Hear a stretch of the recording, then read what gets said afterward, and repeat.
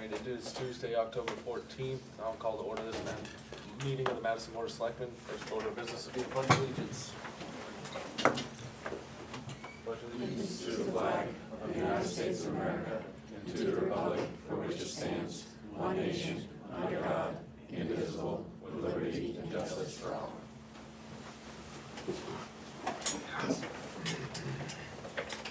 Alright. Go with the minutes from September 30th. Do we want to add, I'm just reading through here with the Albert Road thing, it says with the late Joseph blank, should we have his last name? Or on the first page here. Oh, Calitri. I just didn't know if that was, that's all I saw. On the top of page 2, paragraph 2, after extensive discussion with the road conditions, water runoff issues, and potential solutions, the board reached a consensus with the property owners, and it was agreed that the property owners planned. We had just mentioned that DPW was gonna provide them with a list of actions, or what they needed to do to kind of, to give them some guidance, basically.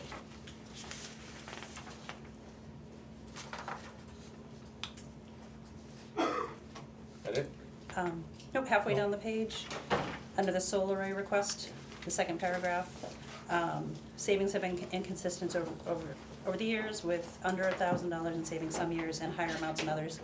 I just wanna reflect that the higher amounts were pretty high. I'll have to pull them up again, but I wanna say that there was one that was at least $9,000 in savings, so I'll get you a specific high-end amount, but I'd mentioned them during the meeting, but I don't remember what they are.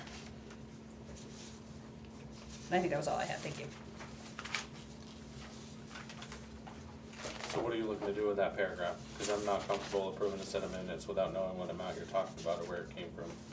Okay, I apologize, I'll have to go back to the meeting and see what was said, and that way we can, I do remember it was a few thousand, more than a few thousand, I don't remember Yeah. what you said though. yeah, I'll go back and rotate.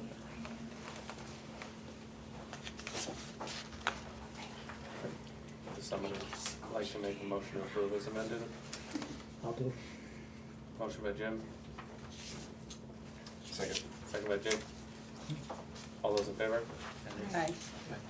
I'm gonna say no, because I don't have that amount, but they are approved as amended.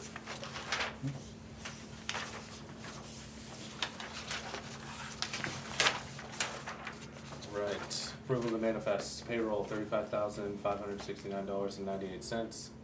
Payroll liability is $10,490.24. Accounts payable, $95,404.94. $20,292.40 to New Hampshire Retirement System, and $325,000 to the Madison School District, for a total of $486,757.56. Motion. A motion. Motion by Jake, second by Jim. All those in favor? Aye. Aye.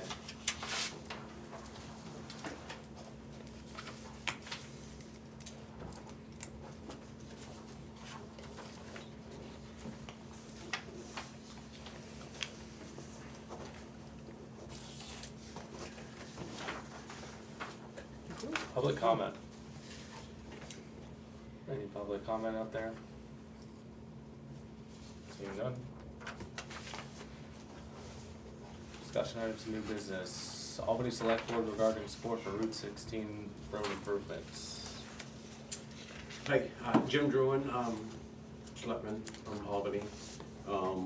We've been working with North Country Council on the intersection of Route 113 and 16. We thought we were a shoo-in for the 10-year plan. As it turns out, we got bumped. That intersection lost out to a job up in Randolph. I spoke with a few people, Senator McConkey, DOT Commissioner Bill Cass, and Nick Althanoga from North Country Council, and asked what can we do, and they said make noise. So I'm here to request maybe some help making noise, and that would include coming up with a written statement on why we feel this intersection needs to be repaired.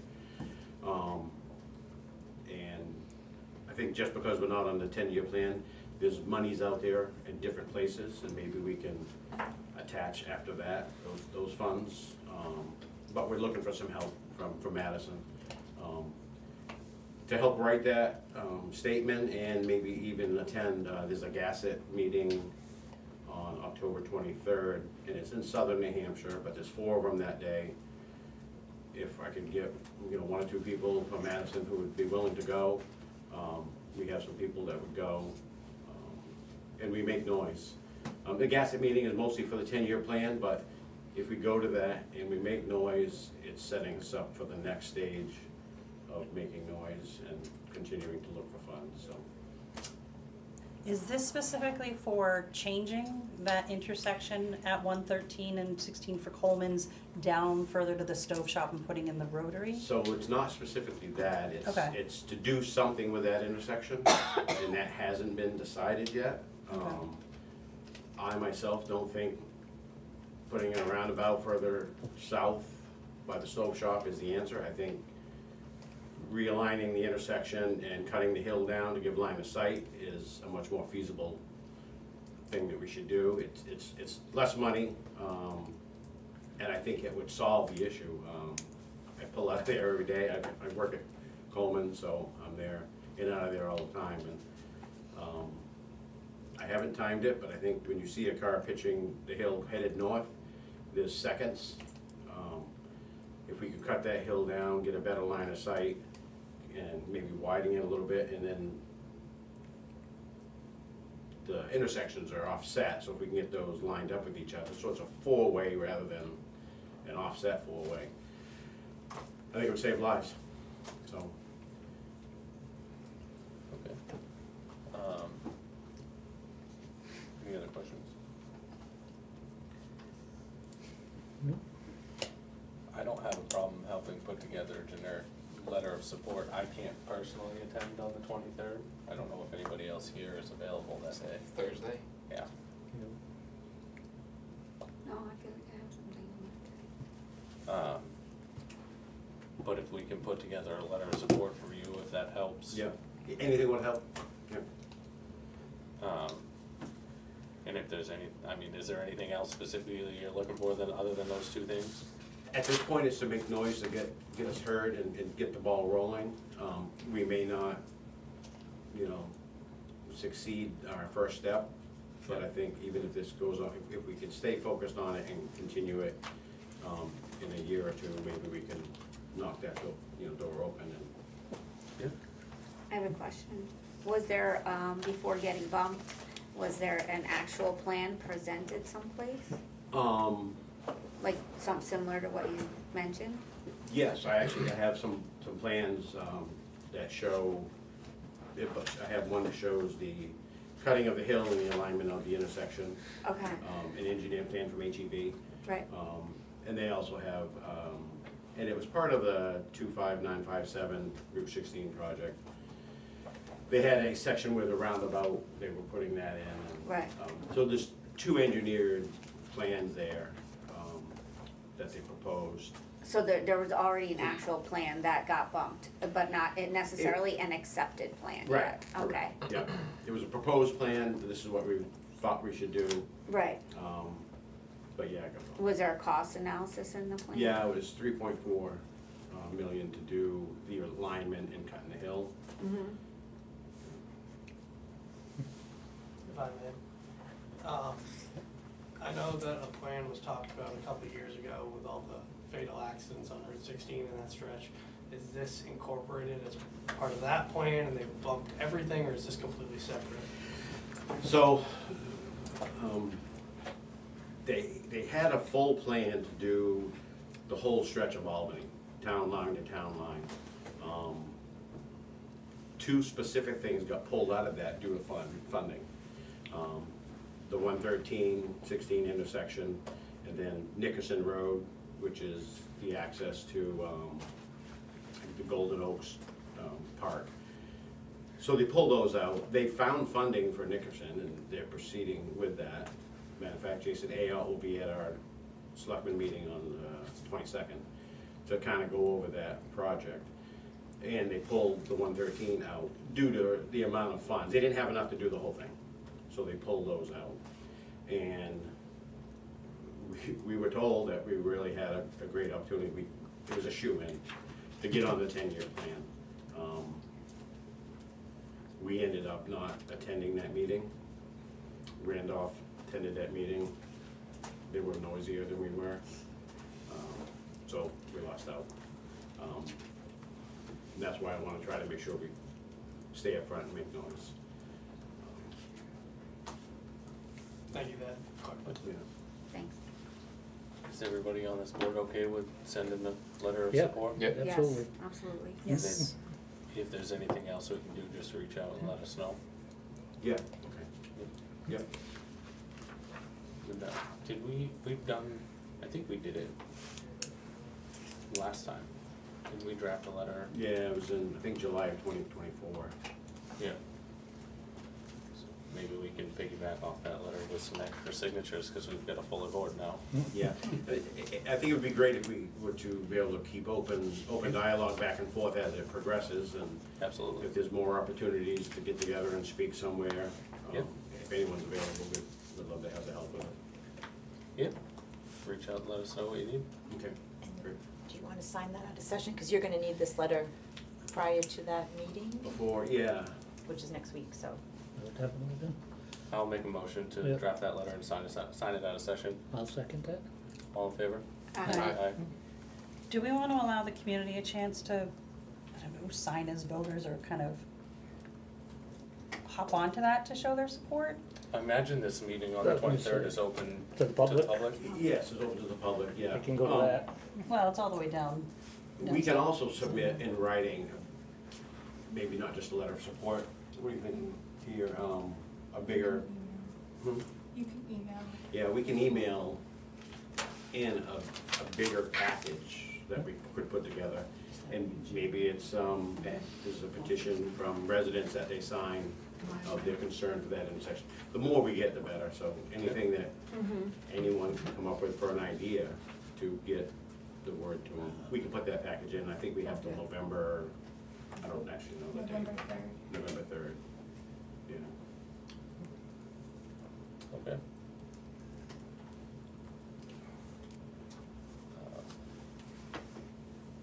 Joy, are you looking to put together a petition before I move on to the next topic?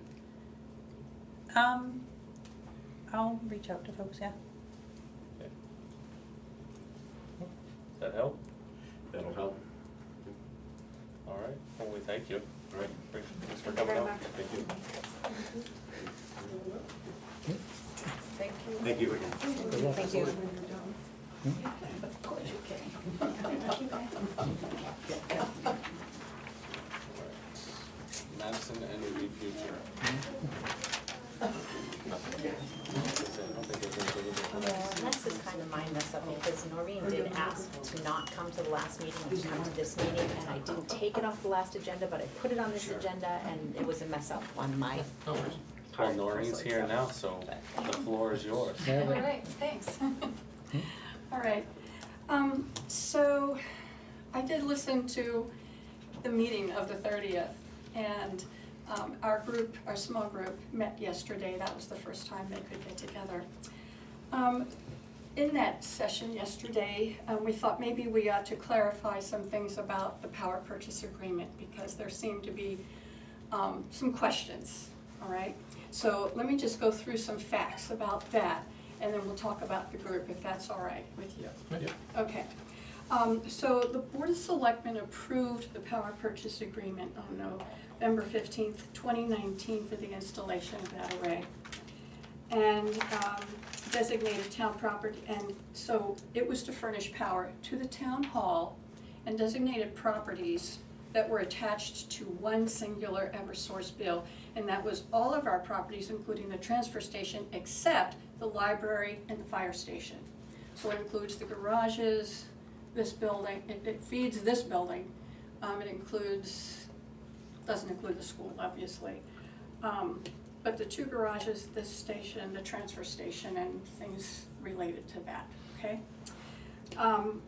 So the annual savings from solar today is approximately 6 cents per kilowatt hour, and this is figured out by Jim Torpy, who is a resident of Madison. He's got a lot of experience in solar.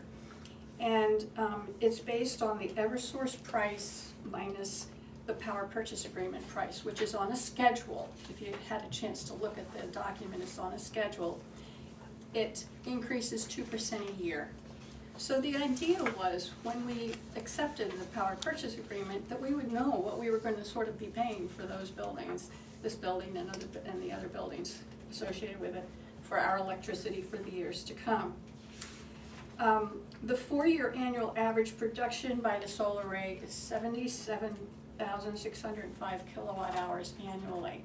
It hasn't deteriorated. In fact, last year it made as much as it did the first year, 79,000 something, and it's all dependent upon when the sun shines. So, but their panels are doing really well and aren't really showing any degradation yet. Jim has determined that the average saving for the town is about $4,600 a year when he takes into account that 6 cents per kilowatt hour that we're saving on the solar array.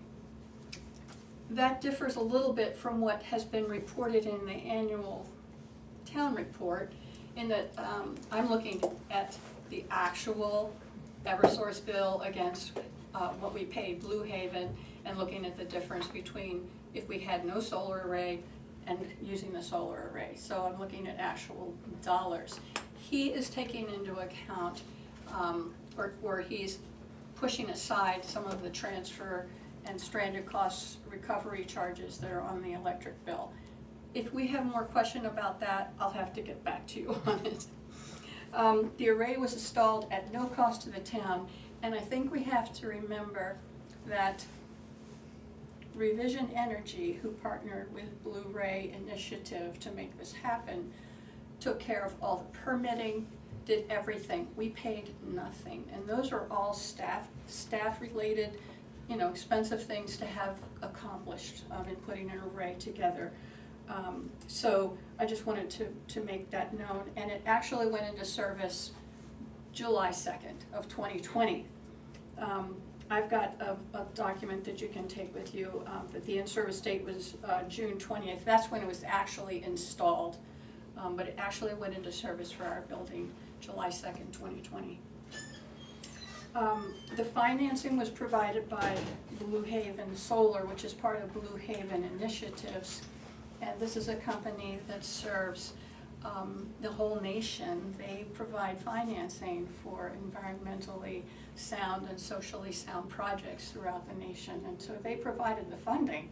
Revision is in charge, really, of all of the mechanics of the array. So they're responsible for annual monitoring, which Linda knows they come every year. She gets a report on that monitoring, and I ask for that also. They're responsible for the operations and maintenance at the expense of Blue Haven. So we're not paying for any repairs or anything at this juncture. We are just paying our per kilowatt hour on a monthly basis as it produces. There's a 25-year agreement. Okay, at the end of 25 years, we have the option, or actually just before that 25 years, of extending another 5 years and another 5 years beyond that. So there's 2 5-year extensions. The solar array, the actual arrays themselves, are warranted for 25 to 40 years. So it conceivably, those panels could last 30 to 40 years as they sit where they are. At the end of the term, whenever we decide that end of that term, the 25 years or the 5-5, the panels would be removed at no cost to the town. That is, the seller who owns it, Blue Haven Revision, would be responsible for removing them. They wouldn't be responsible for returning the land to its original sand, okay, but they would remove the panels, at which time the town could determine whether they want to put up more panels or do something else, okay? Madison leased the land to Revision for the term of the agreement.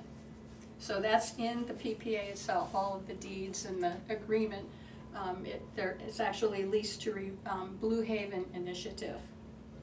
You have to remember that tax credits were not available to the town at the time we put the array in, when we made the agreement in 2019. The income tax credits or any other tax credits were not available at that time. There is no tax credit available at all to the town for the array or even to Blue Haven. It's a one-time, when it's installed, tax credit, okay? Then at the sole option, at any time after year 5, Madison can buy out the power purchase agreement, which is what I talked to you about a month or so ago. I thought, well, maybe we ought to start planning for that, to buy it out and get all of the benefit of the solar array. And at that time, what we know would be at the price that's listed in the contract of the power purchase agreement. But I also believe that it's fair market value, so I think it gets appraised. And at that time, that would be the value of the array. So it could be at the end of 10 years, you could wait to the end of 25 years, say we don't want to extend, we want to do something different. You could extend for another 5 years if the solar panels are doing well, which we would monitor. I probably won't be around, but anyway, somebody hopefully will be around, will be monitoring them. Okay. Okay, questions so far on the power purchase agreement summary, and I'll give you a copy of that.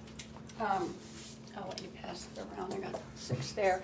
And on the second page, and I'm sorry I didn't have this available for you ahead of time, but we just met yesterday, it's just an article that is adapted from Tom Eastman's article about the installation of the array in Madison from July 2020. So it's just give you some further insight and information. You'll see me quoted, you'll see some others quoted, other town people quoted.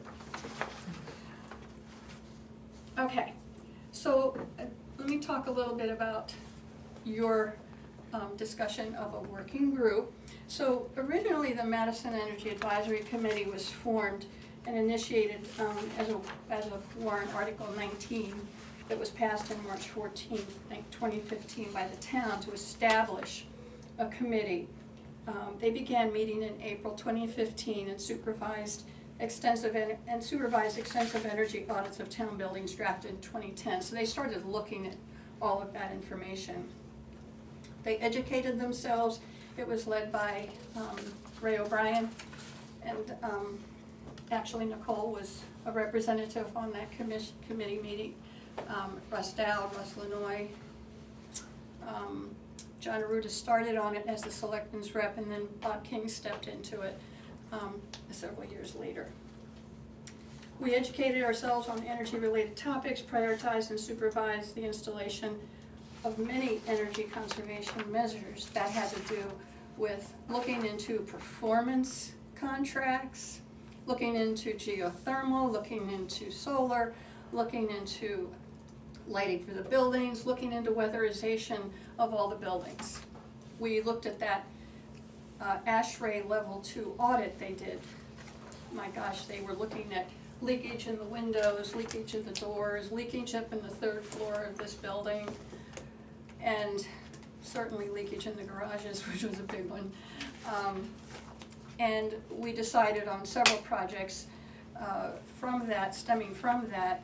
Some insulation was done, I think, to at least stop the heat loss in from the 3rd floor down to the 2nd floor, and lighting was replaced in the library and the fire station and the 2 garages and in this building, with the exception of this room.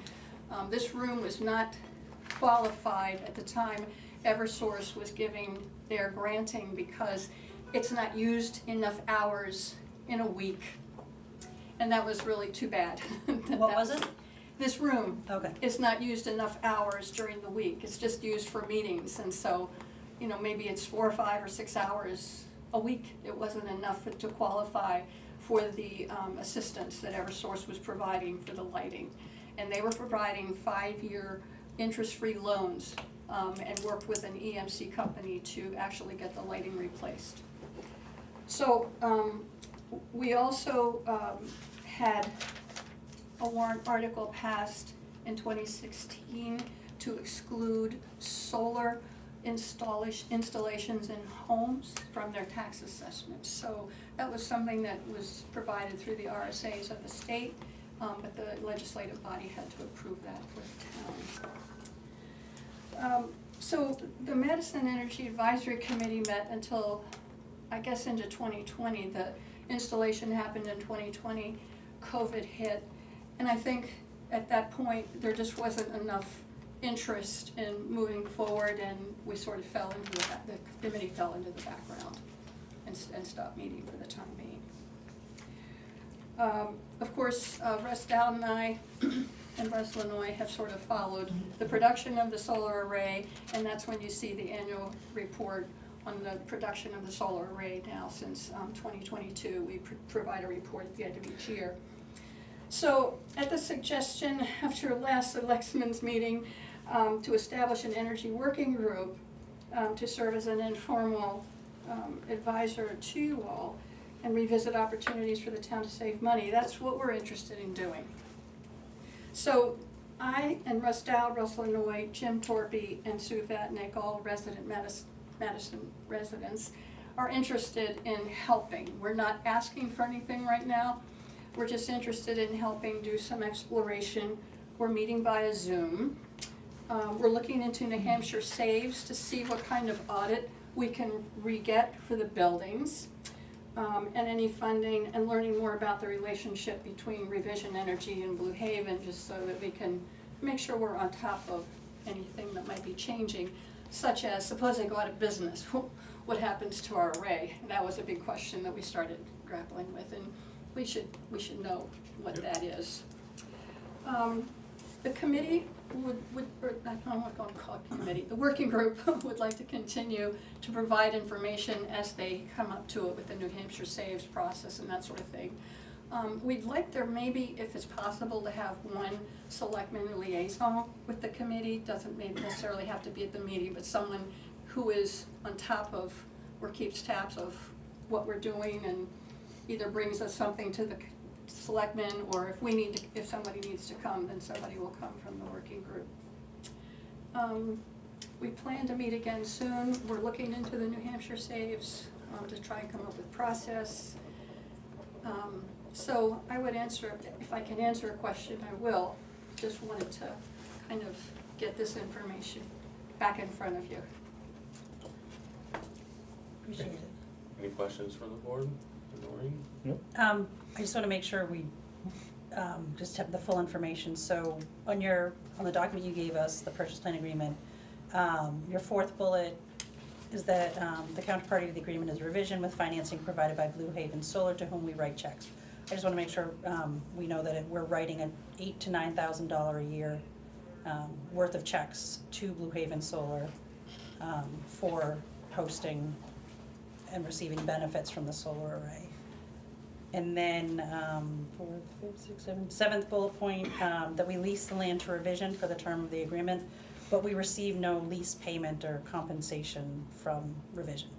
Correct. So I just wanna make sure we have kind of all the information, all the numbers kind of together. And just to add to what we pay to Blue Haven, Mm-hmm. we have a big credit on our Eversource bill.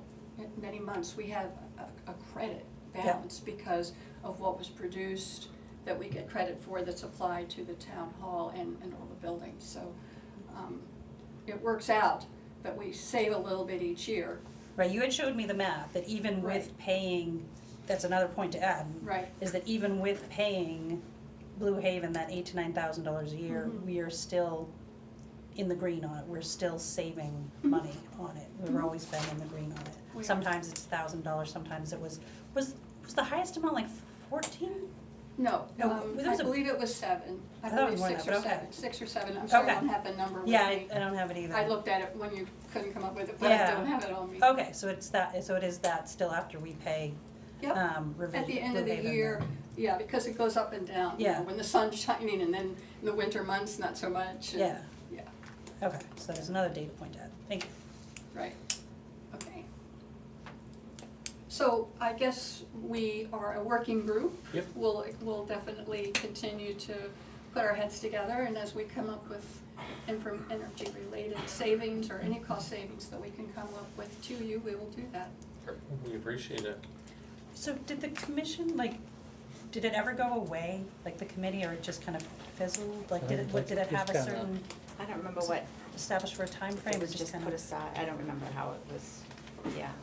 I think it just faded into the background. Yeah, I don't remember. Sounds like To be it. honest with you. But we don't need to like sit here as a board and Just abandon it. recreate it. Well, see, that's what I was gonna bring up, cause Okay. I don't know where, like, working group makes me nervous, that whole thought of calling something a working group, because there's a fine line between something that's, the selectmen say should be done, which is, you know, RSA 91A covered, where if you're promoting, saying, yeah, go do that with our blessing, then it becomes something that maybe should be 91A and Yeah. minutes and all that kind of stuff, so I'm just saying, if you resurrect it officially, that's one thing, but I don't, yeah. If they're doing it on their own as a, just people out there and you're not having anything to do with it, then I think, I just don't want Yeah. anybody to get in trouble. Could I make a comment? Sure. If it turns out that we come up with, let's say we come up with a process for the New Hampshire Saves, and you want to initiate that, that might be a time to form a committee and become formalized, because then we could work with the town in getting that to happen and to follow it through. Right now, we really don't have anything firm, so we're sort of in the research stage. I like that idea. I mean, I think we're safe for now. I'm just saying that. Yeah. Yeah. Yeah, I think that if something comes up like that, we could Yeah. form the group again. I think as Move soon as, forward. like, they would need town input, town action, Yep. more information than, be easily gathered otherwise. That's when I think the committee comes back to life and we appoint through the usual process. I'm okay with that. Yeah. Thank you. Thank you for doing it, and thanks to all the folks who are helping. Yes. Right. Appoint MCC Chairman Muchajan for conservation easement closing. I have a pretty good idea what this is for, but I would assume that Mr. Brooks has some input. Yeah, it's a administrative hurdle that we were up against with all the timelines and everything of the closing, bringing all these documents together between the the Upper Saga Valley Land Trust, all of their financing people, and the actual purchase and sale and execute of all the documents. They want to try to get it done by the end of the month. We weren't gonna meet again. Till And ordinarily, and this information came up at a non-meeting we had with council to review the final changes to the documents, so we couldn't make a motion in that setting. So it was easier to come to the Board of Selectmen, you appoint all the members of the Conservation Commission, if you could just officially authorize the chairman of the appointed board to sign any necessary documents relative to the transaction. It was the quickest way we could get it to happen. So Cordell has been working as the attorney Yep. on this? Okay. Is he involved in the signing or any of the signing of the documentation? Nothing's been signed yet because nobody's authorized to sign anything. But would he be? As No. attorney, he wouldn't be part of signing the conservation easement or any settlement statement or anything like that? That is just between the. No, because we're not buying anything. Okay. So he's attending, but Ralph himself is not signing anything? Yeah, Ralph would sign in his capacity as chairman of the Conservation Commission on any documents relative to the conservation easement, but not the purchase and sale or any of that stuff. Okay, so Cordell has already reviewed everything that Ralph's gonna sign, and Ralph's just, okay. I assume the MCC voted to put Ralph on, or, You know, Just- that's the reason why I'm here, is we couldn't do that, we were in. no, just to nominate him, just to propose that it be Ralph. No, he is the chairman of the board. I understand that. I We was just, couldn't make any decisions in a non-meeting, it would have been a violation of 91A. No decisions can come out of that forum. That's why the issue is on your agenda for the selectmen to make that appointment. And he's already appointed, he's selected as the chairman of the board by the board. But we didn't have a meeting for him within which to move and second that he be the representative to sign documents on behalf of the committee. That's why we're on your agenda asking the selectmen to do that in the essence of, in the interest of time. Did anyone else express interest in it? Or Ralph's taking one for the team? Ralph is the chairman, I think that's his job, he just needs the appointment. Just asking what the, who's our, are you the rep for the MCC? I am. Oh, okay. Yeah, it wasn't brought up at the meeting, I was, wasn't an issue or anything, I think that's why it was brought up here, that it is it is the, what I'm hearing is that it is the chairman that does this duty, but they need us to say, okay, can, that's how I'm hearing it. Okay. If we could have had a meeting, You could have done it. or if we could have done it in that setting, we would have done it. Yeah, it And wasn't- the chairman is the person to sign on behalf of the committee. Like I said, we're just trying to save time and get him the authority if they get all their ducks in a row and can close before the end of this month, which is what they're trying to do. All right, well, I will make a motion to authorize Ralph Ludigan, the chairman of the Madison Conservation Commission, to attend closing, execute a conservation easement, settlement statement, and any other ordinary closing documents for the acquisition of the chain of ponds. The anticipated closing is tentatively scheduled for Friday, October 31st, or on or before November 14th. I'll second it. All those in favor? Aye. Aye.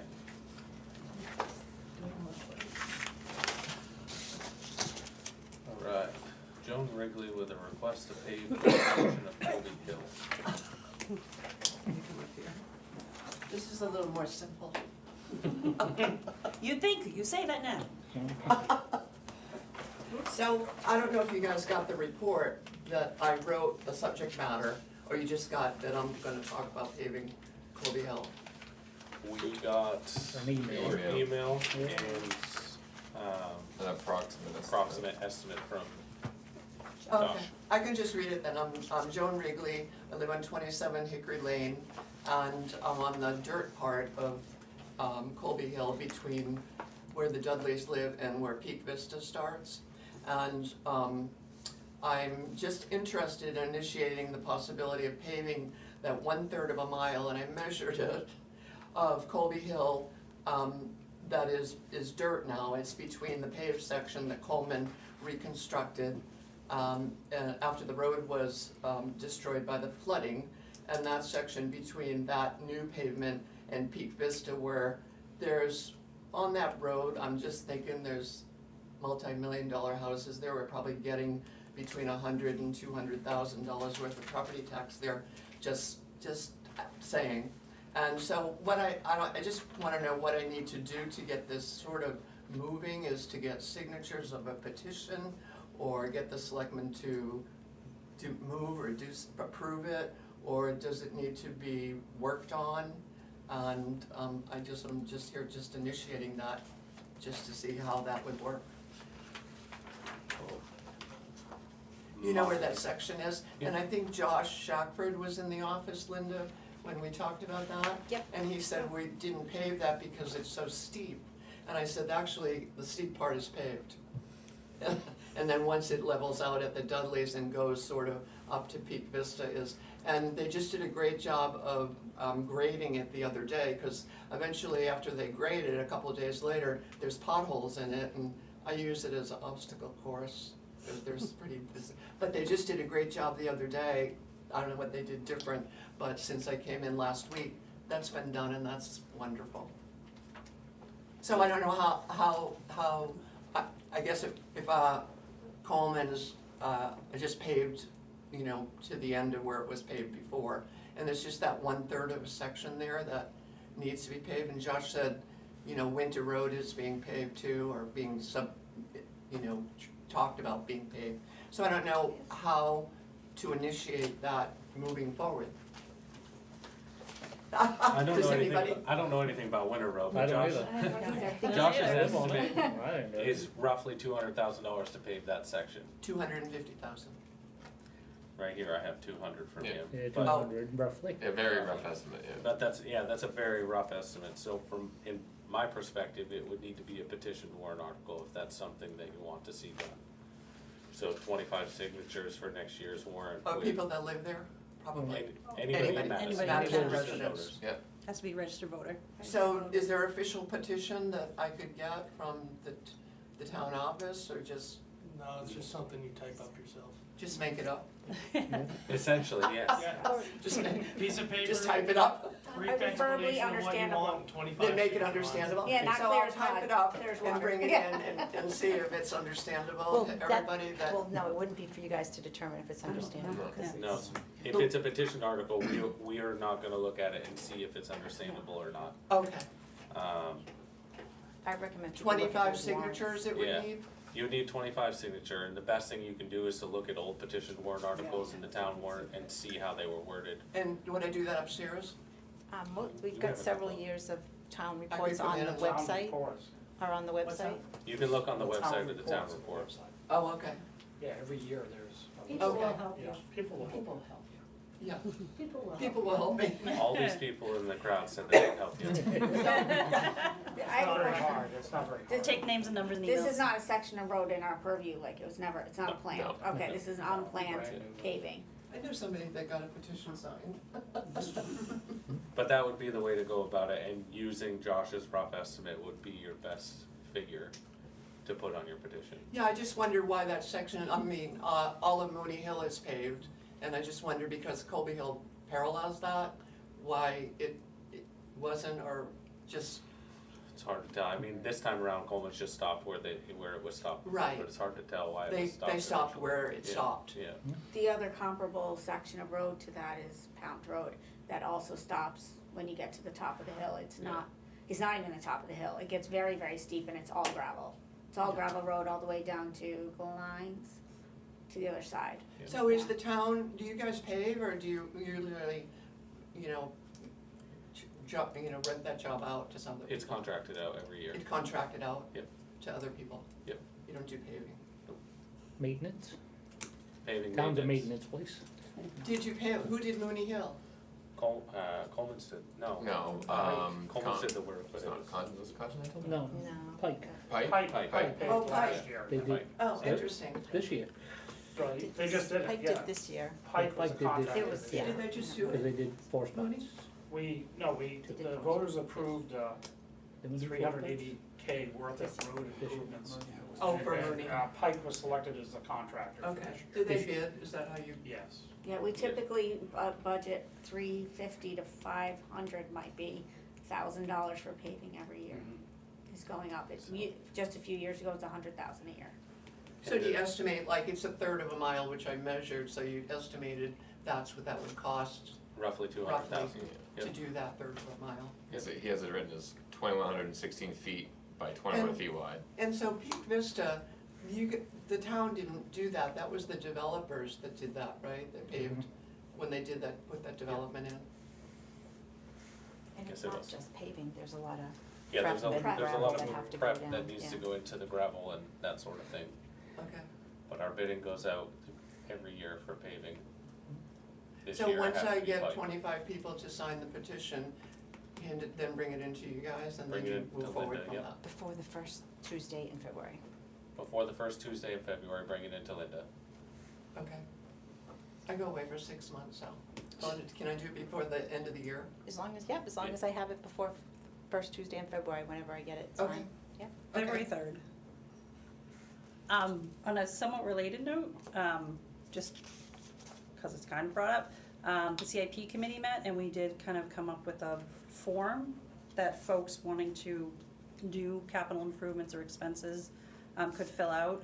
And there are other towns and cities that actually allow residents in situations like this, they're requesting a capital improvement, where they could fill out this form and kind of give some information as to what they wanna do, why, the cost, based on their research, kind of what the cost would be and things like that. That just helps people evaluate whether or not just some more extra data points for folks to evaluate. Can I raise one concern I have with that? Yeah. Research on project costs is very unreliable because it's not based off of our necessary, geographic area. So to do like it happens in business all the Basically time. getting an estimate. Right, but that means you have to reach out to reputable people, which is fine if that's what they're doing as far as getting an estimate, not just being like, oh, I went online and said this amount, it costs approximately that much, because there's a lot of variance there, so just. Yeah, it would be more of an estimate. That's So you kind of, don't it know says, what you it says do. on the form estimates attached, but. Plus you don't know what research you've is- got till you start getting into it too. Depending on the situation, yep. But yeah, the best bet is a petition warrant article, 25 signatures, and hand it into Linda before February Okay. 3rd. So I will just make up a petition and bring it in, see if it's acceptable. Nope, Yep. We can't review we it. can't review it before. You've gotta look you at can- an old one, Oh, no. And word it like Okay. that. Follow Okay. the wording Okay. and the. Yep. And then, okay, 25 signatures, and then hand it in. okay.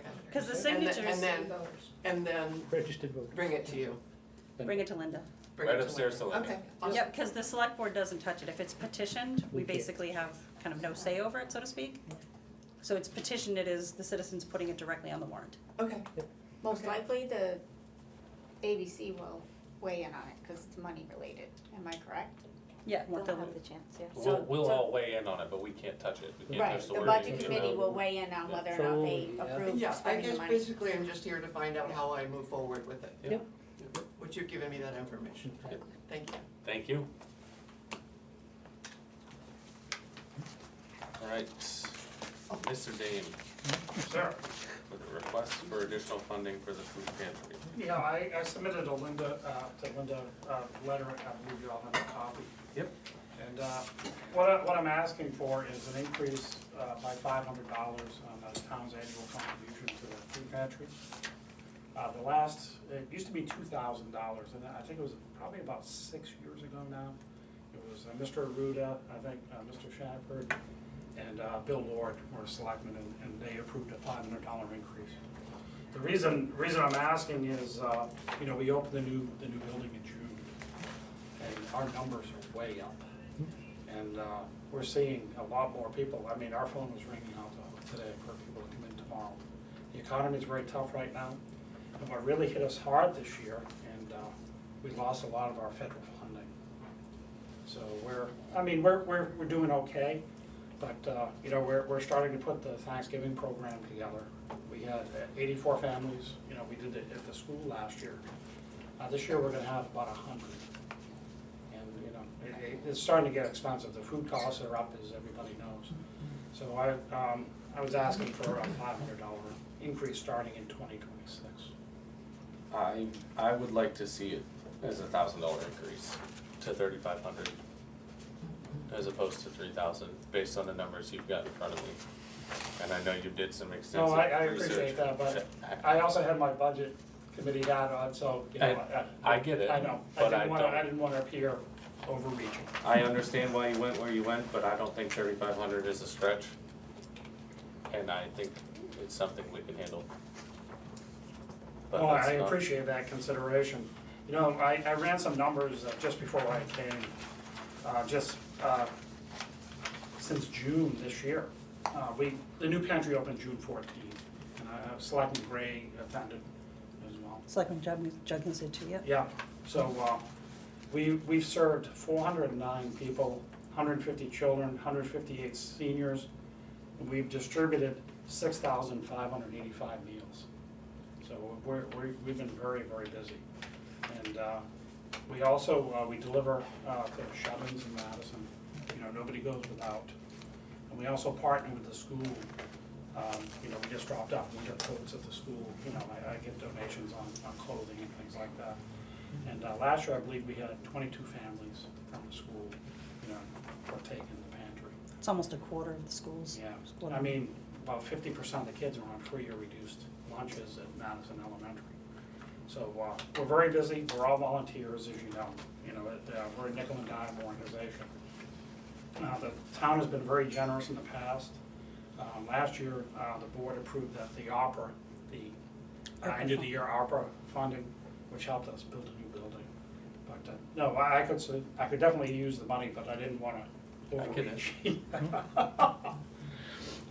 I was just curious, you do a great job advertising that, your hours and stuff, and I was wondering if you do advertising on how, if you're looking for donations and how people can donate. Yes, I did, Nicole, that- I just posted, you know, I use the Town of Madison Facebook page. And every week I do an update. You know, Yeah. here's what we have, you know, this week I have winter coats. Yeah, if you yeah, wanna I've come in. seen that, looks I, great. yesterday I posted, our Thanksgiving program, I did ask for donations. Okay, good. Yeah, and people can, you know, send a check to, P.O. Box 119, Madison. We've had some very generous private donations as well. We had a couple in town pay for the new generator for the building, so we have backup power for freezers and things. But the $3,500, you know, if that's approved for next year, I mean, that will directly purchase food, right, for people coming in. It's not a capital improvement, it's to stock the shelves. Great. Okay, thank you for your consideration. Is everybody okay with putting that at 3,500? Yep, and that'll be a warrant article. Do a motion? It's already in, there's It's already a in, line it's in in the the budget. budget, that's all, already. it was Yeah, done just- last just Oh, is time. it in the budget or is it a warrant? No, it's a already budget. has a line in the budget under Okay. direct assistance. Yeah, that's, last time when, it was, John Rudolph was the chair, and he just, because it was already a budget item, Just they increase. just voted to increase it for the Yep. following year. That's fine, yep. I'll say we're all in agreement. Thank No, you, thank Joe. you. Appreciate it. Yeah. Alright. Town of Madison Facebook page. Kenneco offering to donate land known as 13423 and 26302. All right, kids, stop talking amongst yourselves. That'd be me. I'm not the can, I'm the can company, so to speak. Unfortunately, Byron couldn't be here. I didn't bring quite enough, but I do have 4 in case you haven't seen the, oh, you got it? Yeah, we all do, yeah. And I made a map too, so. All right, perfect. So I can tell you that, for the first lot, 13423, the one across the street from the boat launch, basically. So after a little more research and Linda's help, I found that there is a 70-foot right-of-way that scans right through that property. So at first I thought it was a buildable lot, but that won't happen. So, it's really not even a marketable lot. Right. So we just asked, and let me preface the whole thing by saying that the Kennet Company wants to dissolve. All right, so we've come to that conclusion. We have 4 pieces of property left in the company, 2 of which happen to be in Madison. So those 2 pieces, we would like to donate or whatever to give it to you if we can, and we'll be happy to, you know, I'll probably even give you a quick claim for your charge. If the one across from the boat launch was usable for even parking or something of that nature, I would be more apt to take it. But Yeah. my understanding is even if it is donated, it's gonna cost us some money. The last piece cost us 5,000. Last donated piece, yeah. And being that, Huh? Is the property in question, the one directly across from boat launch, is that the one that hiking path goes directly through? Just, I think it's a little bit south of that, or Okay. I'm not sure what the That's not direction. the right of way you're talking about. So there's a right of way that goes to a piece of property in the back where a guy owns a You wanna see house. the map? Yeah.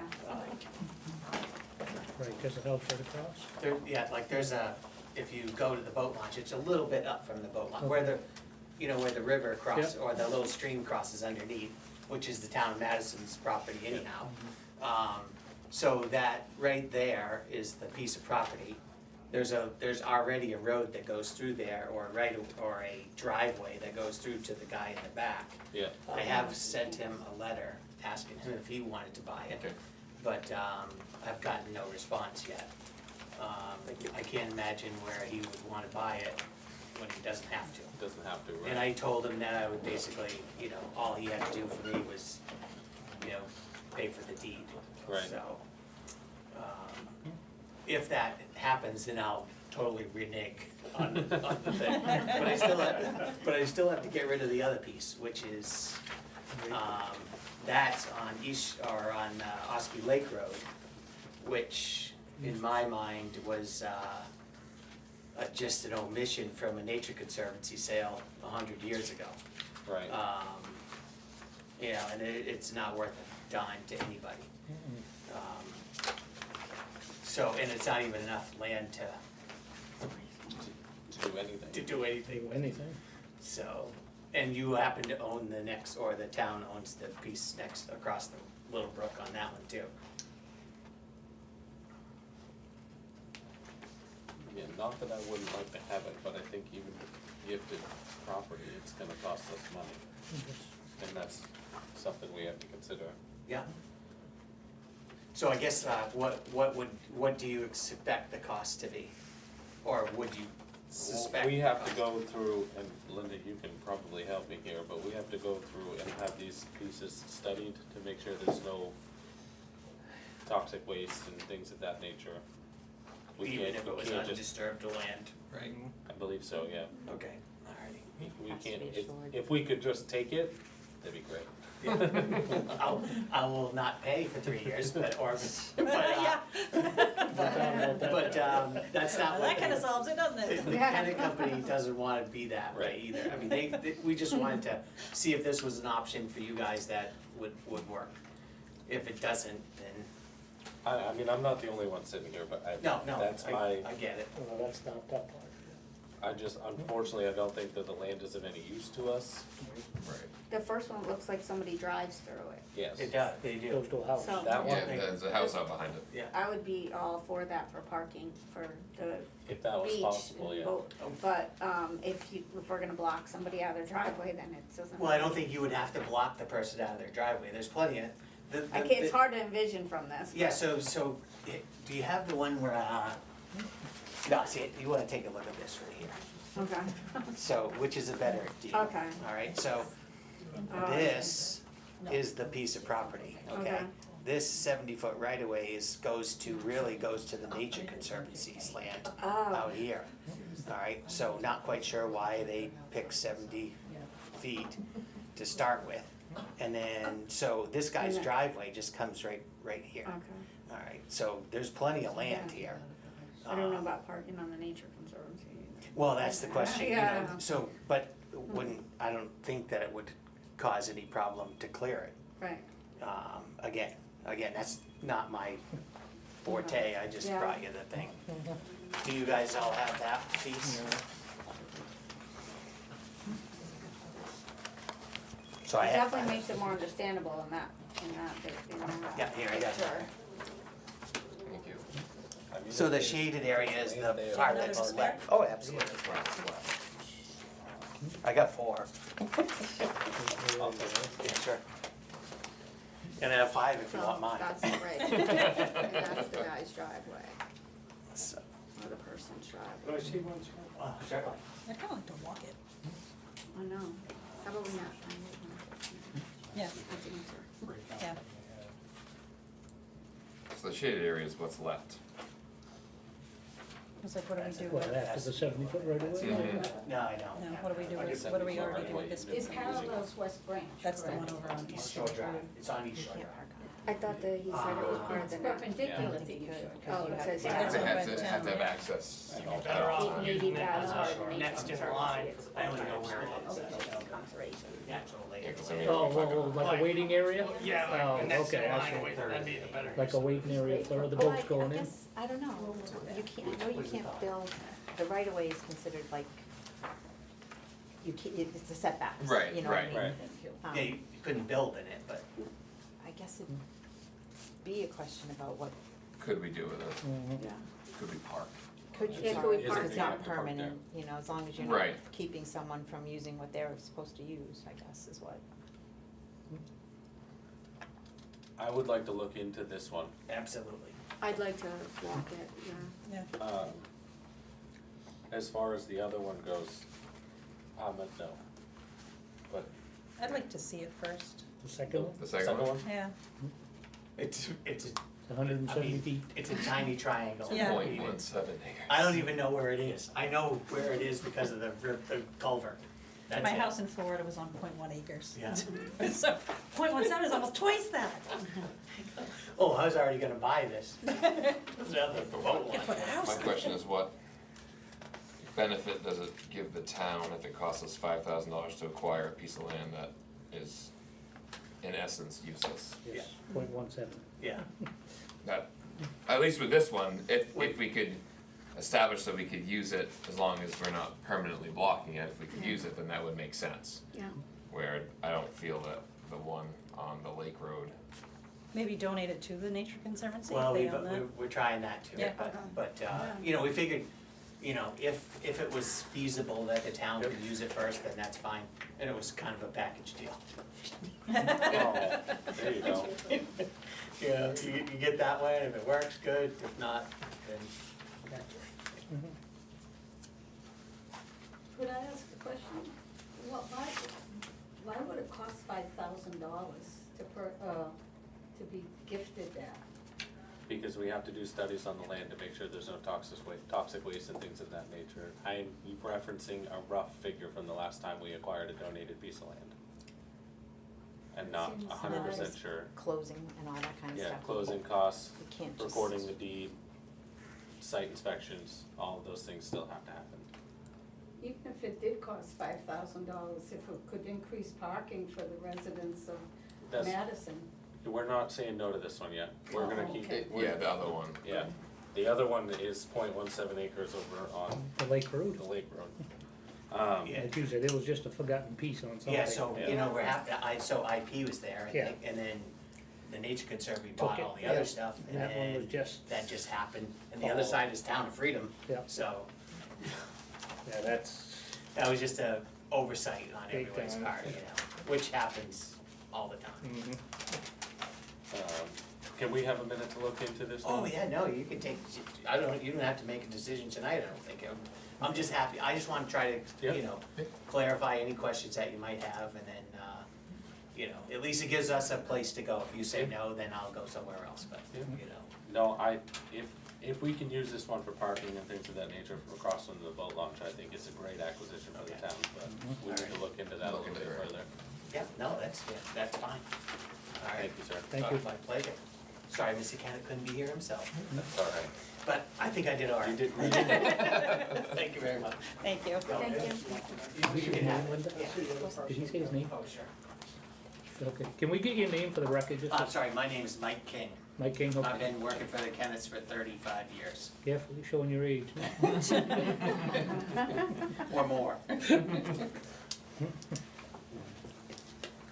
all right. Replacing the town hall signs. Yeah, this is my thing. This is you? Can't have it. It's Something bad. horrible out there. It's Oh. starting to peel. Well, I've got some pictures actually of peeling. Probably should have looked at it. I know, I meant to actually, because I drove by here. I thought maybe somebody had an accident and hit it. No, it's delaminating. Poor pretty cow, good. we're leaving. Yeah, Yeah, and I like was there that and morning. for years, that I tried to hug the guy, has been he kind big head of and fading all on. the dudes I around, don't like, have no, that. he's fine, there's no problem, yeah, and I was like, he looks Is like it he could use a hug. reflecting on us, yeah? And it just, I don't know. And I think there's another picture on, well, the flip side of that one shows it worse. It Shows is the big terrible. center section. Is that like The vinyl. wood Peeling. chipped or, Vinyl. oh, it's vinyl? Yeah, there's like a plastic sticker on it kind Oh, of thing okay. that's kind of just starting to peel all off. Okay. So I got in Thank touch you. with, Thank you very Thank much, you very much. appreciate it. Yeah, have a good day. Vinyl. I got in touch with Gemini Sign and they made us 3 ideas. This is what we have. Yep. And then these 2 here, and through a consensus of the office, we all like the middle one. And part of what I like most about that one is that, see where it says 1852, the year that we were incorporated down the bottom? To me, these look like house numbers, where you see Yeah. that 1852 with it all across there, it doesn't. Yep. Right. To me, I don't know, that's what I see. So anyways, that's essentially what the new one would look like. $2,200. Yeah, oh yeah, and we haven't changed the lettering a little bit, so this is what it would look like ultimately. Okay. And that was it, yeah, it was about $2,200. I didn't know if it was something that you guys would be willing to spend some of our, town project money on this year or not. You have it? Where's the drawdown? I was able to clean up the drawdown. it'd be under G's for general Did you put government. it in? General government. $11,000 Yeah, now? go ahead. Yeah. Took it I have one on my desk. We paid for all of the boiler, the new Yep. boiler in It's not that there. fair. I know she gave us the drawdown. Well, since we're here and we're talking about that, we're at 78.6% of the year and we're at 77.4% of the budget. So we're gaining ground with the funds. But I don't have a problem with I mean, it is our, Does represent our town. that's the way I see it, and it's only gonna get worse if we wait till next year. By the time you get around to doing it, it's gonna be another 6 or 7, 6 months before you can. That would come under the town projects line? That's what I was asking or suggesting. What else do we have? It's gonna hit that line for the rest of the year. Can't think of it, cause we paid for the new boiler. Yep. That's all out of there. And I was most of the things that were sitting in there were, anything that was waiting to get reimbursed by either ETF. the ETF or the grant or that kind of thing, and I moved those out to give it a cleaner idea of what's actually in all the lines now. I mean, there's gonna always be something that could come up, but I can't think of anything that we have a plan for. that. Jim and I give you a time frame, No, they didn't actually. not that it's imperative, just curious. So you did have that on the CIP, the town hall sign on Village Road. Oh, I had no Yep. idea how much it would Yeah. cost. I mean, it's not anything CIP worthy for $2,000. Yeah. That's what I'm thinking. It's more out of the budget kind of idea. George Epstein had some interesting thoughts on what goes on a CIP, but I'll share that when it gets to my turn. So the other projects that were, again, these were kind of wish list items that you had put on last year, I think, or earlier this year, was the front porch, that porch, the heating system, which we've done, the sign on Village Road, and then vinyl siding on the side of Town Hall. I have in the works repairing this porch, Mhm. getting a price for this porch, and just to kind of pretty up the front there somehow. I was getting estimates on those, but my thought was that wouldn't be anything that would happen this year anyways. This was more like maybe even for a warrant article or Yeah. however, just. Something next 'cause- year. Yeah, because that's not even really compliant in terms of trying to get someone who's maybe in a wheelchair, there's a certain angle that there's things that needs work. Yeah. Okay. Well, Need a that being motion? the case, I'll make a motion to spend $2,215 to Jim and I sign to replace the sign out front out of the town project line. One second. All in favor? Okay. Aye. Do we have a requisition for it, or this was just? I didn't, I thought of that afterwards. I was kind of just asking permission for the whole thing first. Well, you got it, Linda.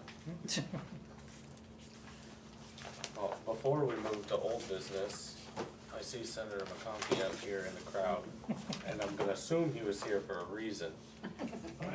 Thank you for noticing. I was asked by by a resident, also the Albany Selectmen, to be here for 4:30, and I've never been to a Selectmen's meeting on time, so I commend you, so when I come in 10 minutes late, it's done. But I'm very much working to try and resolve this situation between North Country and to get this into. I don't know if they explained to you, there is no money at this point in time, but I fully expect there will be money. And I will work with Public Works in the House side, David Mills, be very supportive. And it's just gonna be important when that time comes, and we will let you know well ahead of time, that your town and Albany or any people that want to chime in, it's really important to have you there for the hearing. Okay. And if you could send a letter to GAFSET now before November 4th or whatever the date is, that would be very helpful also. And other than that, I love the conversation about solar arrays and everything else. We did offer Albany our support and a letter, and we're, We'll sign it out of session, so. yeah, we were gonna sign a letter out of session, but I think we were gonna send it directly to them and hopefully they could forward it to the correct. Yeah, we had Places. that conversation to make sure it goes there, because Yeah. it's really important to both towns. Mhm. Yep. So, I just want you to know that I'm available anytime. Happy to come back. If there's something else you want from me, please let me know. Money. Okay? I just need money, sorry. Well, if I can comment on, speaking of money, under my thing, I got an email today that we're on the agenda tomorrow to have the Clean Fleets grant approved, where there's like 8 towns on the list, and we're the 43rd item on the agenda. And they said, they recommended that we get in touch with Joe Kenny, and Josh reached out to him today, and didn't know what kind of pull you had on that too, so just saying. I talked to Joe, would you mind just sending me a text on it? Sure.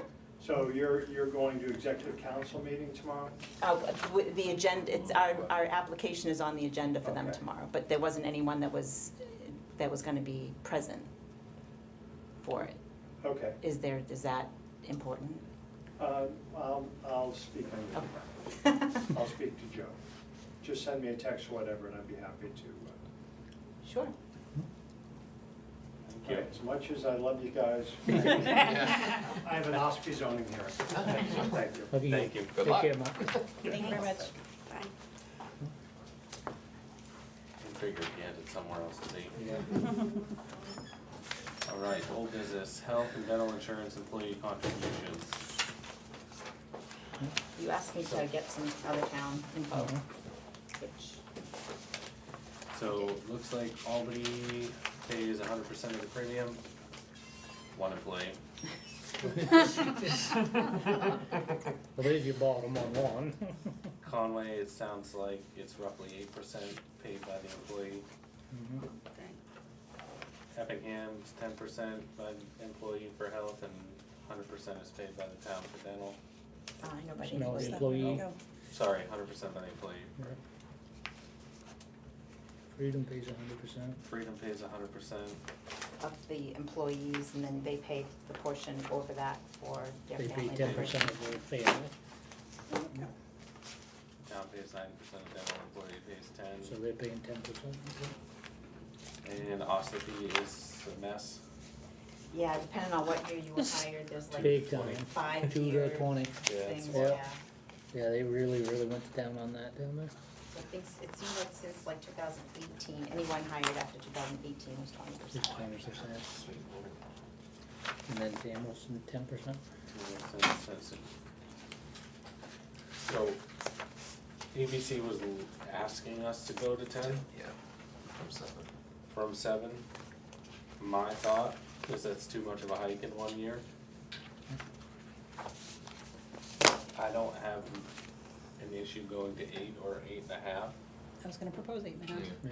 and, 2.5 this year, and and then even put in the personnel policy that new hires are at 10. Okay. Yeah, I think I agree with that. Yep. Anybody I like have it. any? Yep. Yeah. Oh, okay, that was easy. Yeah. Sounds great, guys. Yeah, thanks. So, we'll put that in, we'll have to update the personnel policy Yes. to 8.5% and then 10% for new hires. I think the way it reads right now is actually that you do pay a portion that will be decided by the selectmen, so that kind of covers the Okay. 8.5, but this new part of We'll the put new that percent in and there. 10% would be An update. an update to the personnel Yeah. policy. And I still have the other one about the, what did we make last time? There's something I have to update. Oh, the Oh, reviews. the reviews, yeah. Annual reviews. Reviews, right, Yep. reviews. So, yeah, those are coming. Oh, one thing administratively, we should probably come up with a standard form for all the departments to use, so we have kind of, We have one. okay. Yeah. Okay, because I think the ones that came in last year, folks that were good enough to do them were a little bit different, I think, varying from department to department, but. Oh, I don't remember. I think the police department has their own form. Oh, yeah, maybe. For What? annual reviews. Yeah, we conduct all Yeah. individual reviews, Yeah, but I think that might be the form that's a little bit different. Okay, because we have to. Probably should be. We have to state explicitly guidelines for what they're being reviewed on, Yep. so. All right, letter to the Department of Safety regarding Route 41. Last meeting, Joy asked if there was any follow-up on that letter. And it sounds like the best way to follow up on it is send a letter again. It sounds like they don't remember us sending a letter in the first place. Before we get into that, I did find an RSA outlining the changing of established speed zones on state highways. to 65, 62. Obviously, the commissioner has the authority to change any speed zone on any highway in the state after a traffic study and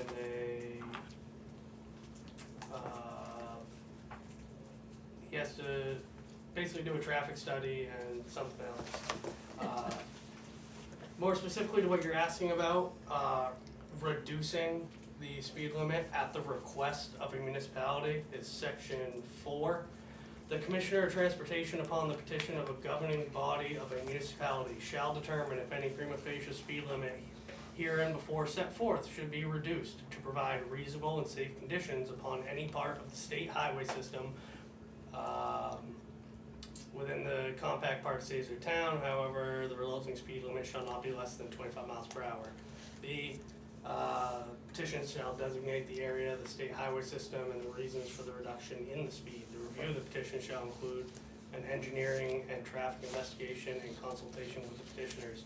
The commissioner shall provide the petitioners in writing the results of his findings. The commissioner may recommend a decrease in the posted speed limit, but in no case shall the resulting speed limit be below 25 miles an hour.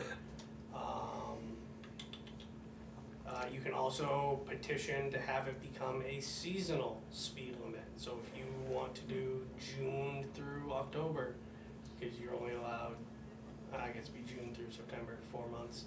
I'll give you this to read through. Basically, a letter doesn't do it. You gotta petition the commissioner as a municipal body. That's probably why. That's why they didn't write it. Even Well, though it says the but will our- serve as a petition, but Yeah. you must I know have that. to follow a I certain think way. usually when it comes to the state, a petition is a application of Yeah. sorts. That's what I'm thinking too. I think we let Senator McConkey leave too early. Yeah. He's head of roads and bridges, so. I have no desire to do anything else with this, but it's not up to me. To change that speed limit? No. The only complaint we get is a property owner who bought a property that crosses 41 right there. There's been no extensive study as to being accident prone or anything of that nature. There's no excessive speed on that road compared to any other road in town. I don't see the need for it. And I think at this point, sending this letter or a petition, all we're doing is catering to one angry civilian. I've heard from more than the one person who came in front of the board. I mean, folks either watch meetings or just mention it. That the trucks, they're concerned about the big trucks that go through quickly. The amount of people who get pulled over on that corner. I've heard over the years that that's kind of a section where folks have been pulled over when it drops down to 35 there. Obviously, the safety of the folks walking back and forth to Nichols Beach. Folks have complained about that. And even in the winter, even to the seasonal point, like even in the winter, it's pretty curvy when it's snowy and wet and stuff, but. Is there already a requested 30 mile an hour, you know, like the yellow sign? Cautionary? The cautionary one, is there? Like caution pedestrians? Right, like, in a lot of times they have like a cautionary 30, I can't remember if there's one there or not. Suggested 30. Right, suggested 30, like when you come up to a sharp. No, I think they only put those on sharp, dangerous corners. It got brought, I remember from Selectmen meeting years ago, it got brought up of a flashing pedestrian sign in the summer months, or maybe a crosswalk with, cause then they have to yield, but I don't think So, anything ever went The anywhere. radar trailer you guys have? Yep. Does that do a survey? Records high, low, medium, and amount of cars? Yes, it does. Have you done a study through there for us, or? So it's difficult because, as you know, I'm gonna preface this, I'm not the chief of police, I'm not speaking on his behalf. In my experience, between Nichols Beach and Bryant Corner, which is the other side of the cove there, there's absolutely no place to safely pull people over or put up that radar trailer. So that's why you'll most oftentimes see it at the Nichols Beach parking lot, because you need clear lines of sight for the radar. It's a safer spot, and But I've seen it at Nichols. Yes, Have you and got the we've, average, you know? when Bob King was chief, we did do stationary radar patrols there with a car. I honestly don't know whatever Alright. came of it, but yes, it has the capability to do studies. Setting it up at Nichols Beach, I don't know if you're gonna get the results you want because it's not. Well, it's not in what we that. want, we're just kinda looking at, trying to get a broader view, cause Yep. you can't be there all the time. No, You I can't get sit there and run radar all the time. My point is, that speed limit change is right there just south of Bryant's from the 45 to the 35, and that's where this citizen's house is, so he catches everyone's Oh, coming yeah. from the 45 to the 35, and then by the time they get to Nichols, they've either slowed down or they haven't, and that's when we get them, Right. but, so. Yeah, it's a tight corner right there, that's for sure. Yeah, Was part of this area, we were looking at those, attachable Yeah, it's. speed limit? Yeah. And are we allowed to use them on the state road, or, I'm more of a ask for forgiveness, I don't think the state's gonna care a I lot might be speaking out of turn, but I feel like you, as long as it's not a permanent thing. fixture, cause You can other take 'em on towns, and you see off. them, other towns put them on You got the state answer road to that? signs. Yeah, He looks like he has the answer to that. I hope so, he's the guy we're looking for. well, I mean, Selectmen Eldridge, do you remember 26560? It's I like certainly do. 8 pages long. I read Yes. through it right before this. I saw something about traffic signs. I can't remember off the top of my head. I'm pretty sure you're on the right road as far as long as they're not a permanent fixture, you can do that. and we were Hence looking the one at you getting see some in of those, Tamworth, yes. am I Yeah. correct? Yeah, Yeah, I think the chief was looking into pricing some of them out. Okay, Yeah, I know it can be part of the highway safety grants that we already applied for, that we got the amendment for the radar in the car. I don't know if that's still open and what the deal is. I just know it is part possible. When we touch base with the chief on the prices of those things. Unfortunately, hopefully, he's right there losing a soccer game right now. Wow, yeah, I'd rather, only because his son's on the other You know, team. my son's on the other Yeah, team. right. no love lost there. You better go slow for Madison. yeah, I'd rather go the speed signs route rather than petition the state, I don't, so- yeah, I think you Yeah. get a better result. Yeah, I agree. Thank you, Jake. All right. Letter to employees for PFAS plus penalties. I didn't know what to write. Mostly because part of my concern was that, You don't wanna well, scare 'em. yeah, and well, Cordell didn't support us Doing it. doing it. Right. So I just. Yeah, the concern I have with that is that every one of us has PFAS in our blood. We drink out of these things, exposed to it, so how are we to know where, I mean, obviously if you're drinking water and a contaminated, but again, like, there was no established there's baseline. no Yes, there established is. baseline. There is Not, now. but the people didn't take the established baseline tests prior to working at the town building. You know what I'm saying? I'm not saying that, I'm just erring on the side of caution. I feel like if council says this can be a dicey area, like what, you know, I'm just talking here. I'm not trying to make a decision, but. Well, if we wanna talk council, is that something for a non-public, or is that?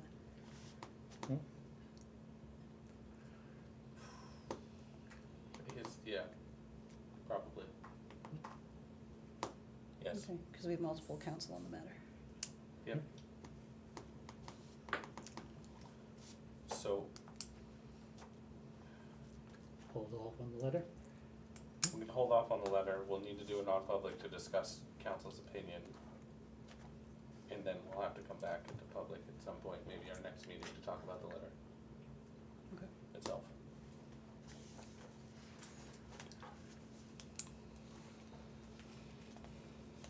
Alright. Lists. I have stuff this time.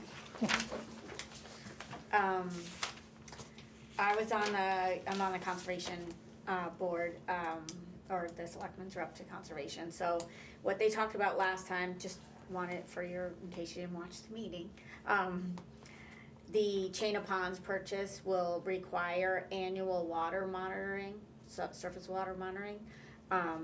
There'll be a price with that. We don't know how much. By who, it would be Tim, town forester.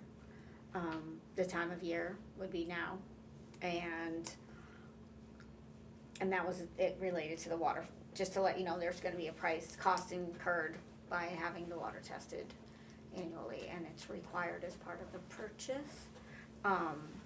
There was some use issues raised about the people that currently use, what, they even brought up bicycles, sleds and ATVs back there. And there was a difference of opinion on the board about the continued use. First of all, it was an understanding, and I could be wrong, that there wouldn't be continued use. At least there would be limited continued use, and there was a difference of opinion on the board. I gathered just reading the room type of thing on whether or not that should be continued use.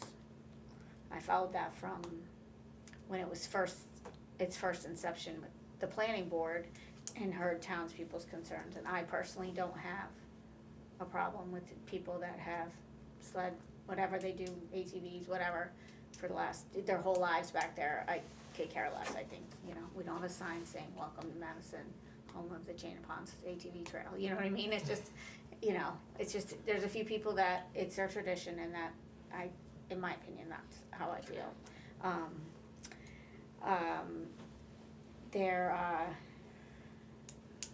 They were talking about possibly changing vendors for the wood that we're cutting, because one was going out of business, but they're gonna honor the rest of the cut that we're currently doing over on the lead mine. There was concern about lead and mercury in the fish in Silver Lake. It's been a phrase that's been tossed around, I guess, by some people. Mike laughed, but he was one of the people that had concerns about, with no data, never a test, never a piece of paper with levels. But I think it was Josh that rode around with somebody from DES. No, it was, or somebody from. it was that FB Engineering who's doing the watershed study. watershed Yes. Offhandedly saying, I would never eat the fish out of Silver Lake. And Mike had similarly heard stuff. And I personally have never heard about that, about the fish in Silver Lake, but there was enough concern that nobody should be saying that unless it's true, obviously. We have a state fishery, we have hatcheries, this is all tied into a lot of people's jobs, their food source. I mean, nobody should be throwing that around without proof, in my opinion. I don't know how you guys feel free to weigh in, but I would wanna see it on paper analysis before anybody would say that. So, that being said, at the end of the meeting, they decided, one was gonna, I think Josh or Mike was gonna contact NHDS, and the other was gonna contact Fish and Game. I know, Fish and Game does do some testing. I know they do it for PFAS in animals, because I've mentioned most of Aroostook County is pretty poisoned from PFAS for hunting and things like that in northern Maine. And they learn that by testing the game. No fishing, no hunting, no growing a garden. So, in 22 or 27 towns up there. So I guess that's where they left it with the fish that was brought up, which is, I could see the lead, because we're near the lead mine, but without proof, it really shouldn't be talked about like that. But nobody knew how they made the leap from lead to mercury. So, I did ask that question.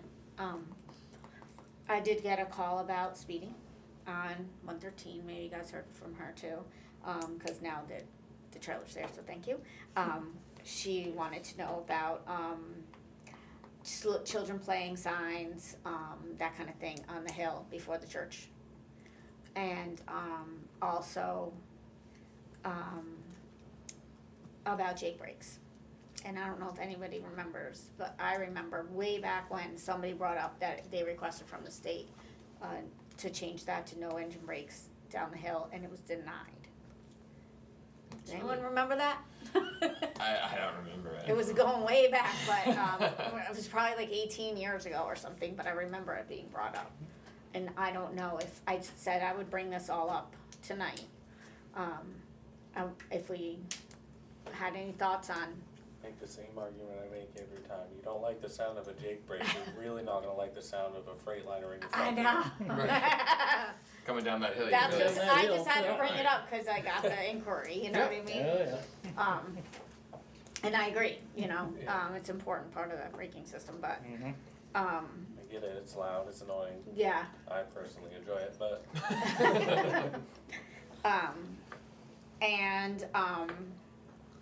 If nobody has questions about that, I just had two things from myself. One, I have good friends that rent out the Brookfield every year, and I attended the other day, and our picnic tables are absolutely falling apart. I'm not one to ask for money or to say that we should buy them with other people with tax money, but I would love to be able to put it out there if anybody has ones in perfect condition, because I bet you half a dozen people left town, left their picnic table, you know, they sold their house and left their picnic table. I mean, it was like embarrassing. They were like going like this.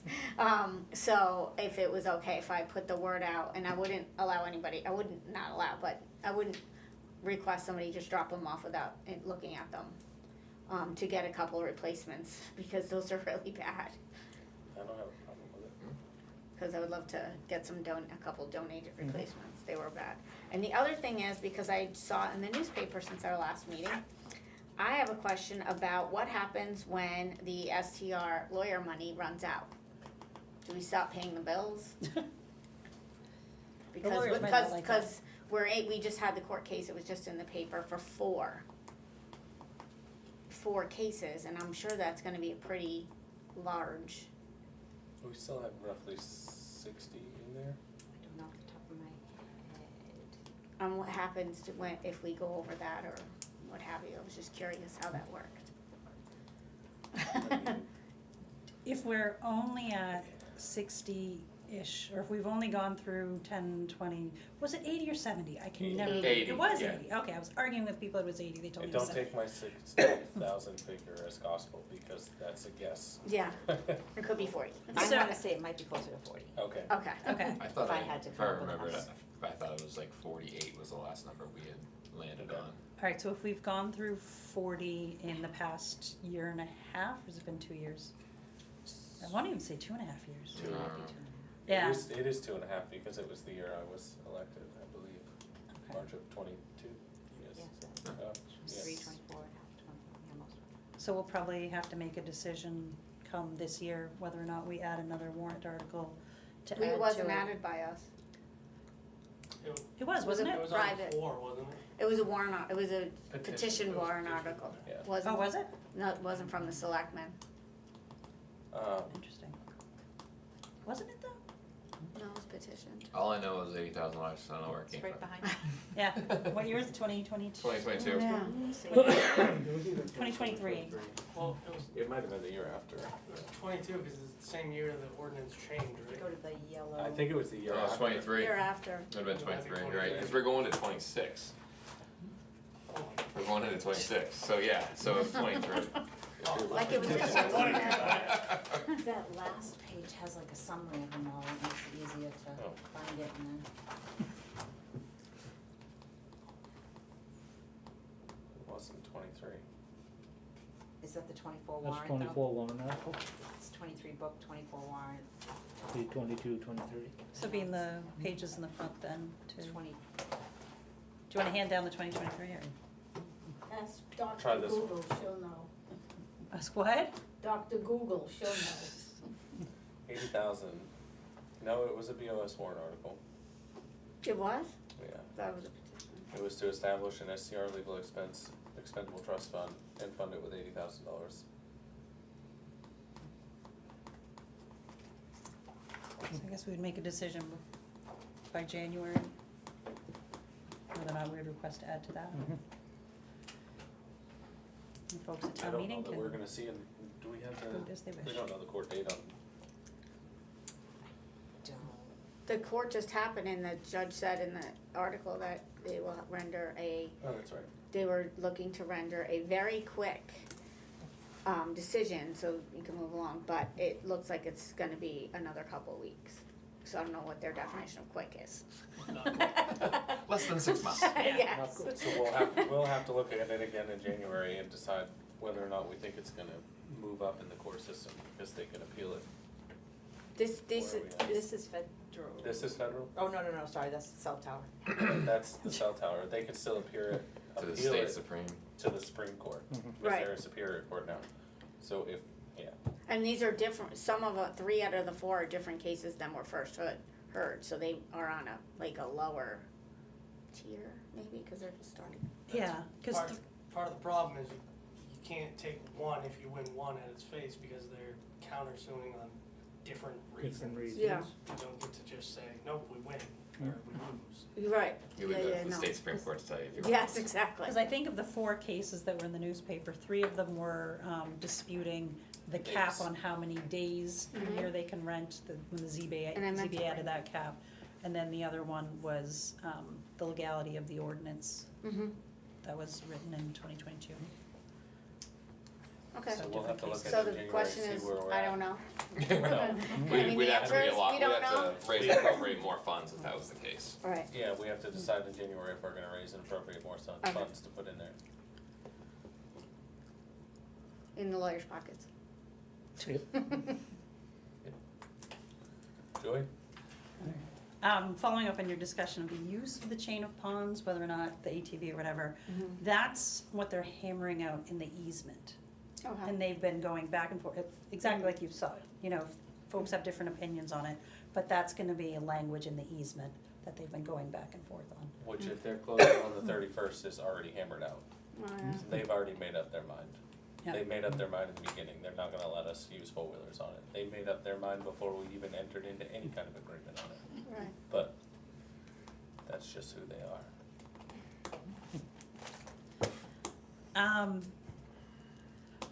I couldn't remember if Tia, when she came to talk about the rail committee, she had asked for one of us to be appointed, did she, as a selectman's rep? Yeah, I think I am. You got the She one? did, Yeah. Okay, okay, yeah, I couldn't remember. Yeah, because it was Rick's. Rick's. So she volunteered to fill take his it. stead. Yep. Okay, all right, thank you.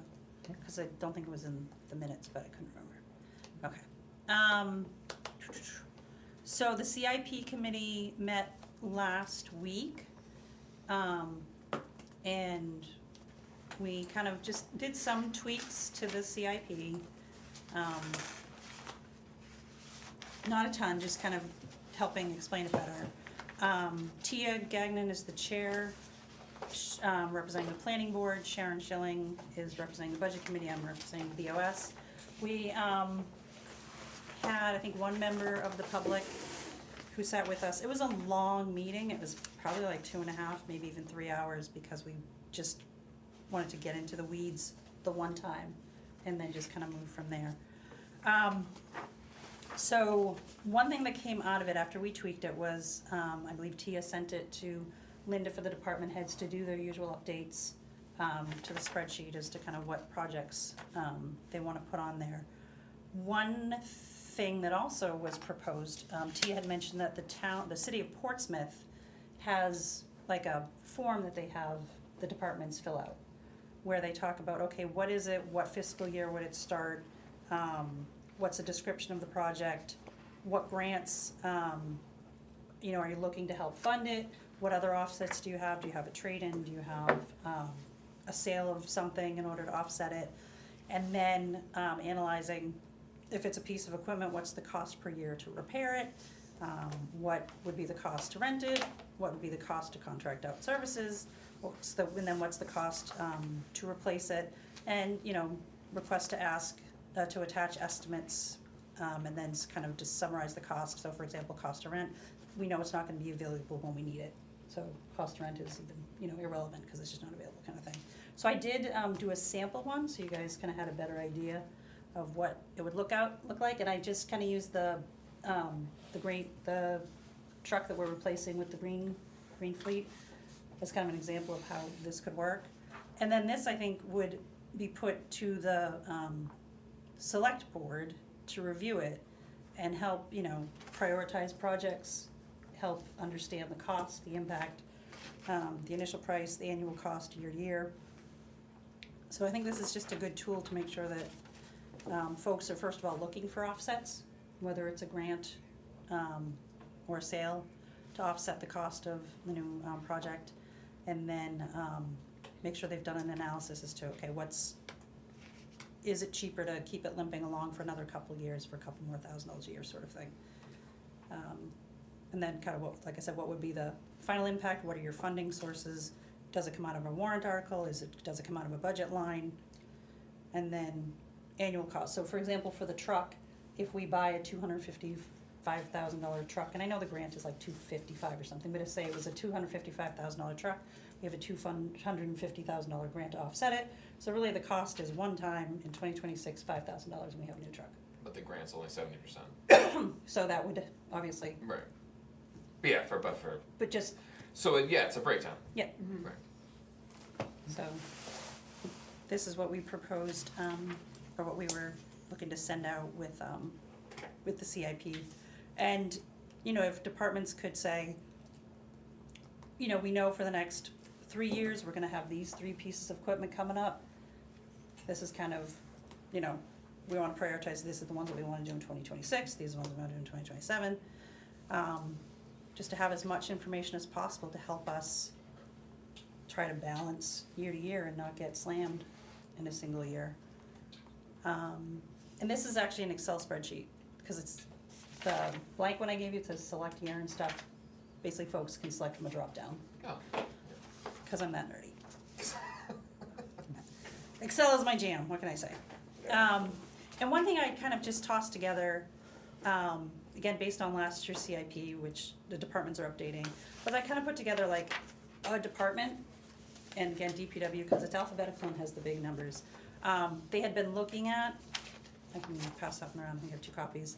They've been looking at doing a truck, doing 150 towards another truck to replace the 2008 Peterbilt, and then 90,000 for a chipper. So kind of just following down 2026, the initial thought was that was $515,000 worth of equipment that they were looking at for 2026. So you add in, okay, we can offset with the grant, we offset X whatever, but we still would need to come up with $210,000 for this year. So I did kind of a department by department concept as well. So, CIP committee was busy, it was good. Can I, Yes, can I add? yes, I got an email from Tia. okay, And it had explained that she'd attended the meeting, and she said that she wants me to send out all this information to the department heads and collect it back and then send it to you.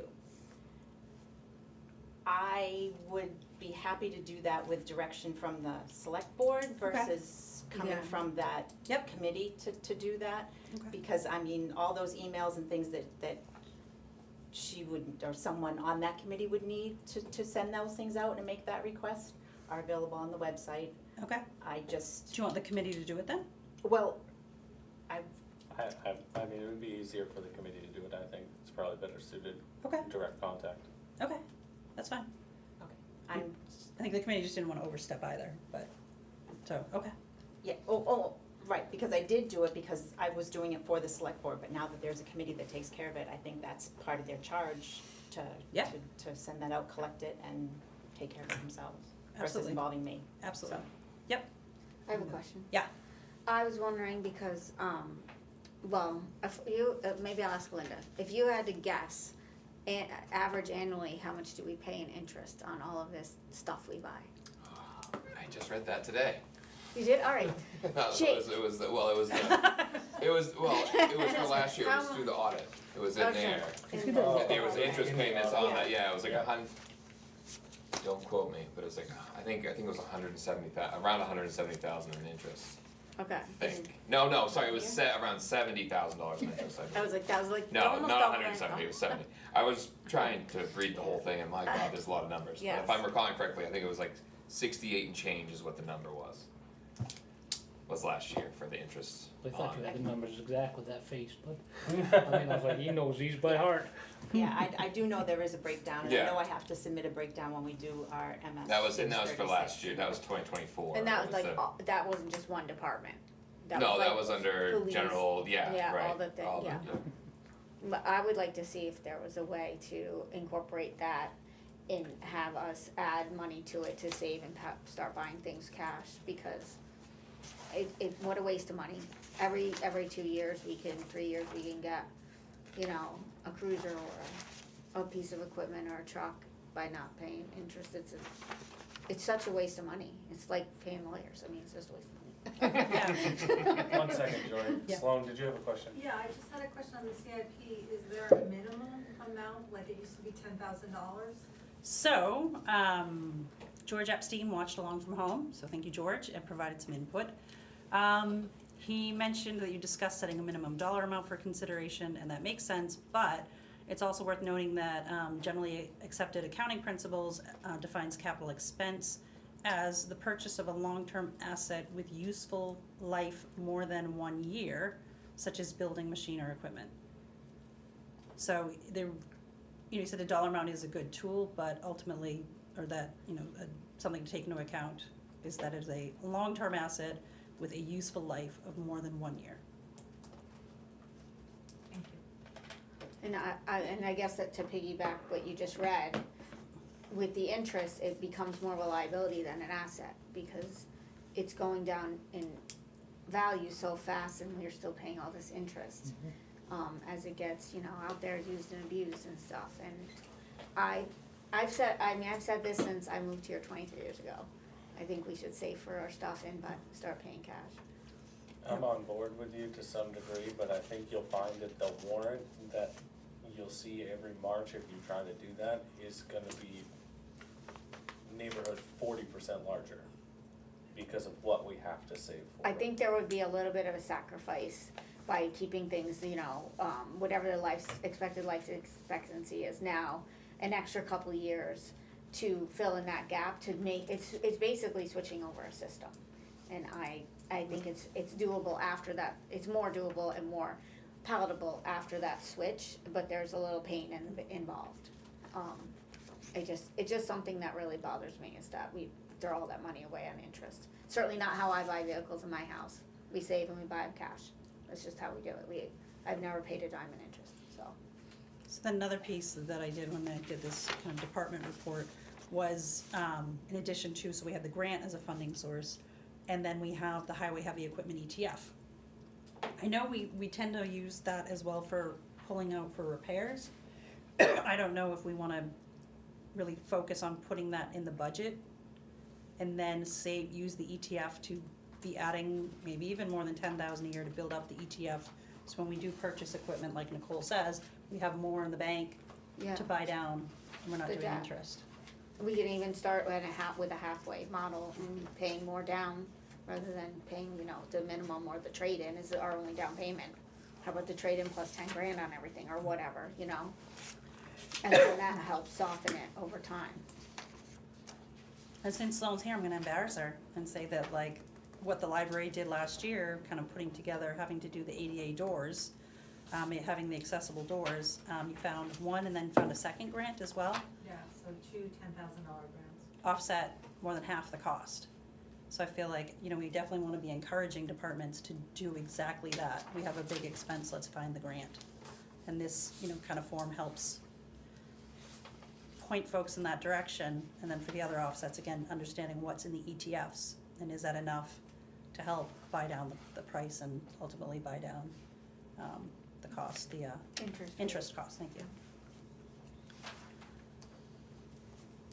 Alright, then the other piece was that we had just put the charities on, cause we'd added it cause it's an annual expense of about $27,000, we just put it on the CIP to track it, to know that it's gonna be a hit every year. But George's advice was not to do that, cause it's not a project or not a expense, so. That's a CIP thing. Yeah, I can understand, yeah, so again, we were just trying to add up the big chunks for a year. Also, question for the library, With talks of trying to find the home for Mad TV and the people were tossing around the idea of putting them downstairs in the library, there was talk of having to create an accessible, like a whole new driveway or cut in. No, I think an entrance. Yeah. Another entrance or exit, On the because they opposite would not side. be able to get to their space if the room was being used. So, I mean, the library has talked about this for a while.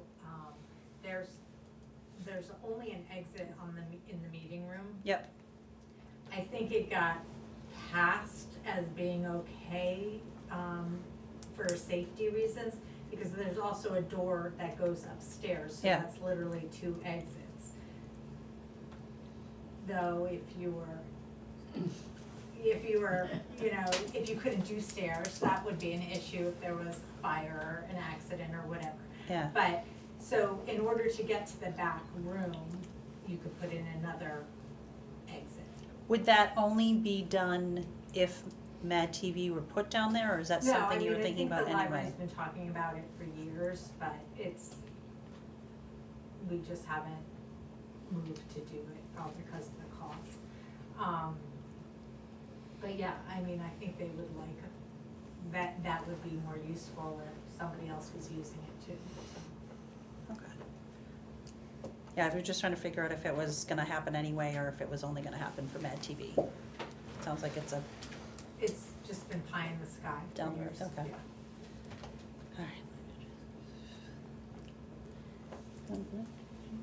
Alright, I think that's all I had. Jim? Well, we know the lights are coming, what, the 28th, right? Mhm. Okay, so my only other one is I did have somebody ask, where are we on getting the water systems put in some of the houses so we don't have to keep plugging water? Yep, so we just had FX Lions test the last 2 properties for the mineral content. Once those test results are back in, I put them with the other test results from the previous round of testing, put it together with the design specification, which is already kind of typed up and ready to go. I have one reading from the flow meter in the fire department. I need a second reading. I'll ask Chief Brooks, we were trying to connect, but he's busy, so trying to connect to get the second reading down in the fire department. I'll just ask him next time he's in there to just take a picture of it and send it to me. So, once we put that whole design package together, it goes to the New Hampshire Department of Environmental Services. They review it, they say, okay, this design package is good, this design specification is good to go out to at least 3 vendors. It gets sent out to 3 vendors who still do the talking systems. months, okay. And then DES chooses the vendor, Okay. which surprised me. But again, so somebody pointed out, it's their money. So they'll choose the vendor and then hopefully get on the vendor schedule. Okay. March Sweet. of 2026, probably. So, yeah, you're talking still months? It depends on their availability. All right. Well, some idea, thank you. That's it. I don't know if I did have something, I don't remember it now.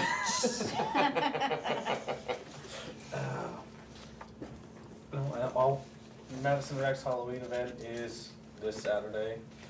Pumpkin carving from 5 to 8, and a dance from 7 to 9 at the elementary school. Oh, I did see, you canceled trunk or treat. We did cancel, Okay. oh, thank you. You're welcome. Trunk or treat is canceled, and the rec would like me to discuss the option that the idea that you gave us. Mhm. They wanna bring it forward and do a trick or treat in Carden Park. They initially tried to do it with pushback from a solo citizen. So we pulled the town's name off of it because it didn't have this board's support. Mhm. But it sounds like 90% of the members in Carden Park are still going to do it, regardless of if it's a town-sponsored event. But they would like our support to do it. And they didn't wanna put our name on it without this board's support, Who, the, the The rec. rec. okay. So, I don't know if anybody's contacted you or chief. He knew something about it. I specifically asked about trunk or treat, and he brought up, they tossed around the idea of Carden Park. So trunk or treat was canceled due to a lack of interest. There were 1 or 2 people that wanted to do a trunk and a number of people who just said they were gonna go trick or treating in Conway because they were tired of the trunk or treat scene, which I understand. It was kind of my idea a little bit, because the Ossipee, we kept them in Yeah, that's. center Ossipee. Yep. We kept them in the trailer parks and then Yeah. down in the Ossipee corner area where we could monitor. Yep. It'd be easy for the cruisers, that was, Yeah, it was kind of my idea. Now, I only threw carved and bark out there because it's the biggest development we have that you can With get the around. best, with best the, parking. with the easiest parking on the road Next wise. to Brookstone Lane, yeah. Right, but the Well, parking there is a little The parking there is what it Parking's got. dicey, right, yeah. Carved and bark's wide, it's open, it's, you know, that's how you guys kind of, Are they looking to like shut down a section of street and let the free-for-all happen, or just monitor area? I just think monitor. just monitor, right? Okay. Just monitor the area and allow, there's the one or two people that wanna do a trunk, who were wondering if they could park in the cul-de-sac and open their trunk and hand out candy. Yeah, I don't see why that would be an Biggest issue. thing There's to me one would house on be, each of those cul-de-sacs. Right. would And- be you guys watching cars come off 41, and make sure they don't, they're late to get home or something, they don't come in, you know, Yeah. other than that. And this is on what night? Halloween. Halloween. Friday. On actual Halloween, Yeah. okay. Thank you, thank God. Um, Multiple multiple Halloweens is insane. The one person that complained that I'm aware of was concerned about liability on the part of the town for anything that happened that night.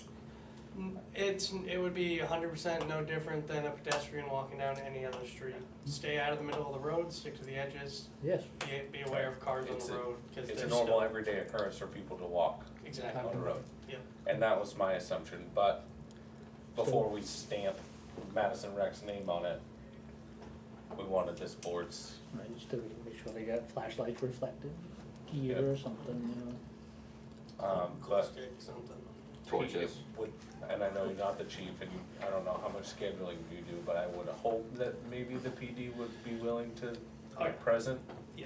That's a Friday night, we can make that work, we can get 2, 3, maybe even all 4 of us out there, so, I mean, Look at the candy you pick up. oh, I know, right? So No, put it in. I mean, if trunk or treats of years past are any indication, there'll be a lot of kids and a lot of families, so Yes. keeping them safe is number one. I think the idea is we would like to hand out a flyer to the residents of Garden Bark, say if you want trick or treaters, leave your porch light on, if you don't, leave it off. Right. And I think that's, standard practice in most places. What were we, back in 1990, jeez. Trying to go back. We're just trying to find a way to make everybody happy, because there are 1 or 2 people in there that don't want people in their house. I'd say that's a good system, porch lights.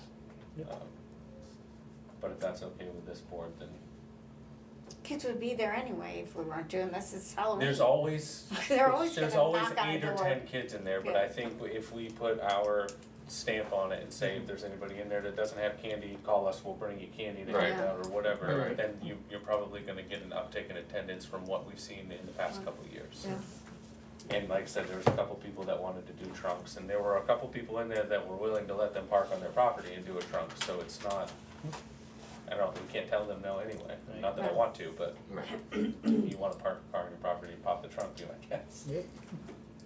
But there was a little bit of pushback, so the rec was hesitant without a little bit more approval from us. But I don't see an issue with it unless somebody has any other legal concerns, I think. No, I don't think legal is, Fine with it, Yeah, no, I'm actually, great idea. I'm just trying to look up the post that, you know, because they have their own Canva flyer and they have, you know, It's gone. people signing up, it's, oh, well, that's why I can't find it. Because of the pushback, we pulled the Canva flyer until we could come here and talk to the PD, talk to the board. But if that's the case, then the Canva flyer will go back up, and we're gonna have trick or treating in Carvin Bark on Halloween. So look for it on our Facebook page, we'll share it on the town's pages, we'll send a flyer to the school, all sorts of things.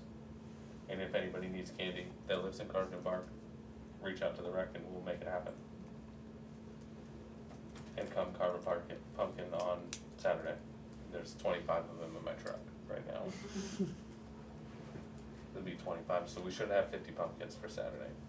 And I would imagine when we're done, those people that do leave them behind, like I have in the past, will stick them out here for a couple nights and we'll haul them off to somebody's house and feed them to the goats. there you go. Folks actually show up on the carving night And the trash, like the guts, they it's come spoken collect the for. guts even. It's spoken for already. Gotcha. It's going up on East Madison Road. My chickens like it. It's good for 'em. It's really good for Josh 'em. is gonna bring us a couple bins to put all the pumpkin guts in. So, Alrighty. that's it for me. Hey, nothing. Linda? Just that we are on the Governor's Council agenda tomorrow for that potentially getting that truck. And I guess we have a high score Ooh. from Look at us. what I understand. Josh looked to do it a lot more than I did. And like I said, he got in touch with Joe Kenny, and I will send Mark? Mark a little thing just to remember him. Brought up a little Something bit, too, so. Yeah. Yep, But, he said he'd speak. Did they request that a member of the town? No, it be didn't. there? It just said to reach out to your rep, who was Okay. Joe Kenny. It Yeah. didn't- Yeah. That's why He it did surprised me when he said someone was supposed to be there, but I didn't get that from the email that I got. Okay. It was Oh, but just, you know. Be nice to have Mark there speaking on our behalf, so. And Chief Brooks was gonna look into another one where, another Green Fleet grant where it was even less stringent. The rules were even less strict than for this one. And he was even gonna attend a webinar for it. I Do we- don't remember. Okay, What try to remember to happened? ask him next time.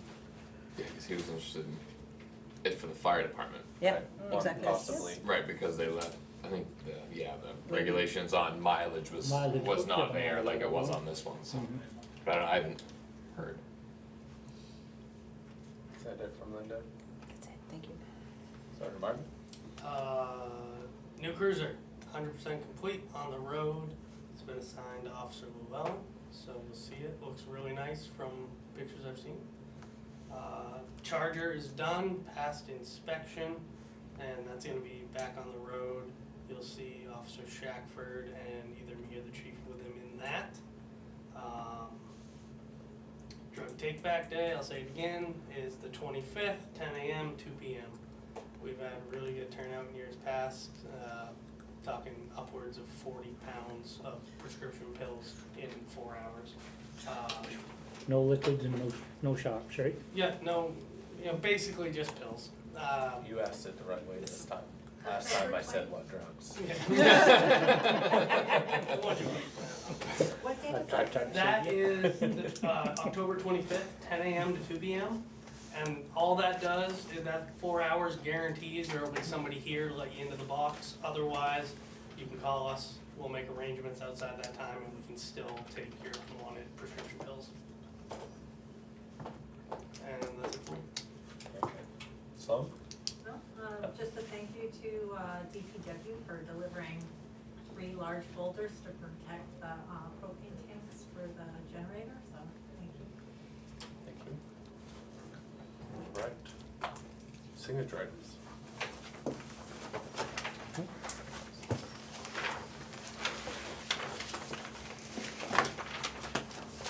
A whole bunch of them. You guys get to sign this time too. Yeah, it's not just.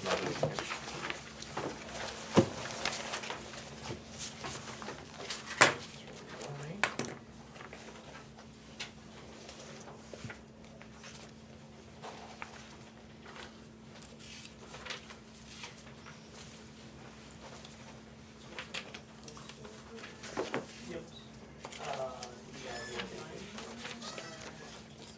We have old pictures of past ones we've done, but the old ones haven't changed the date on them. Ones that you need to share. Yeah. I don't know if we've gotten the one. It's alright, I'll flip it back. Yes, right, we have to go into non-public after this week. Sign this one? Yep, Yes. both of us. Looks like Ron is joining Med TV. Do I you know. want to do it tonight? I don't. Okay, well, we do it Put it on before the then. next meeting. Yep. Do it before the next meeting. Or after this, or do you wanna schedule a special? Put it up here now. Can we do it at 4 o'clock? 4 o'clock. The next one? That's what I was gonna We have a do. 3 o'clock, so we'll be. Can't imagine it'd be more than an hour. What is it? We're gonna schedule the non-public for attorney's advice on PFAS at 4 o'clock before our next meeting. Okay. That way we can discuss the letter in the meeting. You have an answer for the next meeting? The electrician is coming at 3. Three. So we'll do the, 3 Okay. to 4? Well, yeah, it's not the electrician, it's the Guy looking at the salesman lights. to tell us what we need for the lights. He's the design expert for the Okay. lights. Did I get the second signature on that one? So we're here at 3 that day. No, you No, I missed it. didn't. What day is that? That is the 28th. 28th, So- 3 o'clock for the walk around and 4 o'clock for non-public. But we're meeting at Brookfield at 3 o'clock? He's gonna meet us here at the town hall and It's then. he's just gonna walk around and say you need a couple poles here, a couple poles here, and we'll work up an estimate. Yeah. But we wanna do it right the first time. Yeah, as well, right? Exactly. Get it done, but do it right.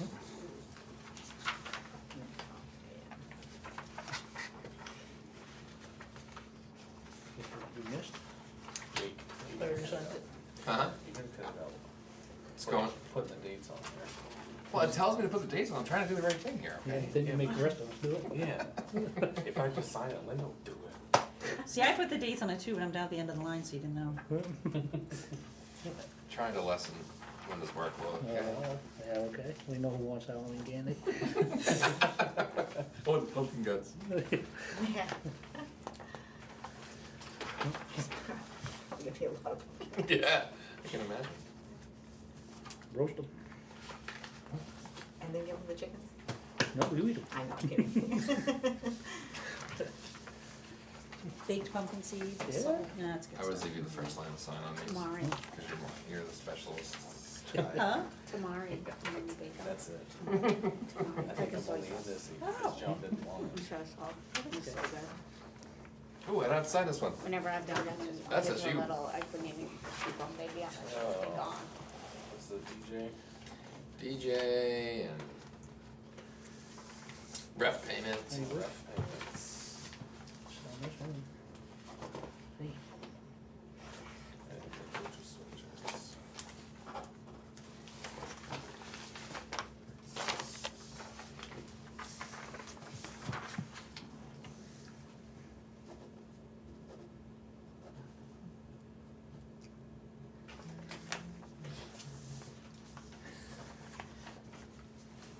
All right, Linda, this had 3, but one was just do this Three of those, page, I and then think. here's where you do it on 3 this on there? page. Okay, Yes. Yes. 3 separate requests, 3 all separate requests. put together. You got it. We'll get those to Cheryl. So just 2, is what your Yeah. point, okay. You've gotten all the other ones that are 2, right? I think so, whenever there's arrows. Sign with the arrows, huh? This one is just you? Yeah, that's just me. Perfect. That one can go right in there. Yeah.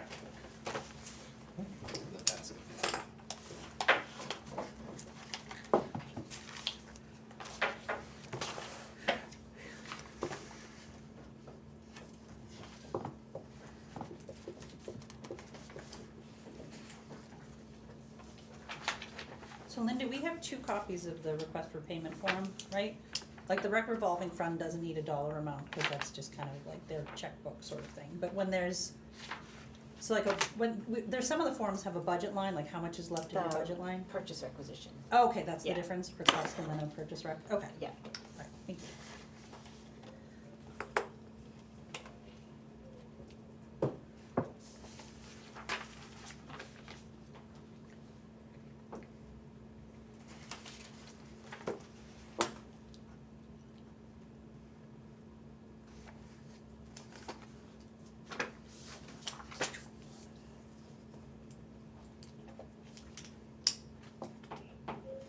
What you dressing up, Jake, for this year Halloween? Policeman? I don't know. Seems a little out of my league. I did it for a year, so it works. Now, do you have to get one of those like fake police costumes instead of wearing your actual You uniform? couldn't pay me enough to go back to the fake one. It's funny, that's what everyone who retires from the job says, I just, Like, are you allowed to like trick or treat in your proper uniform? I mean, hypothetically speaking. yeah, I'm not gonna count candy as a bribe, some might. You wanna turn around and say that to the camera? Hands up, 7 out. I work for Snickers. Exactly. Snickers, Reese's go a long way.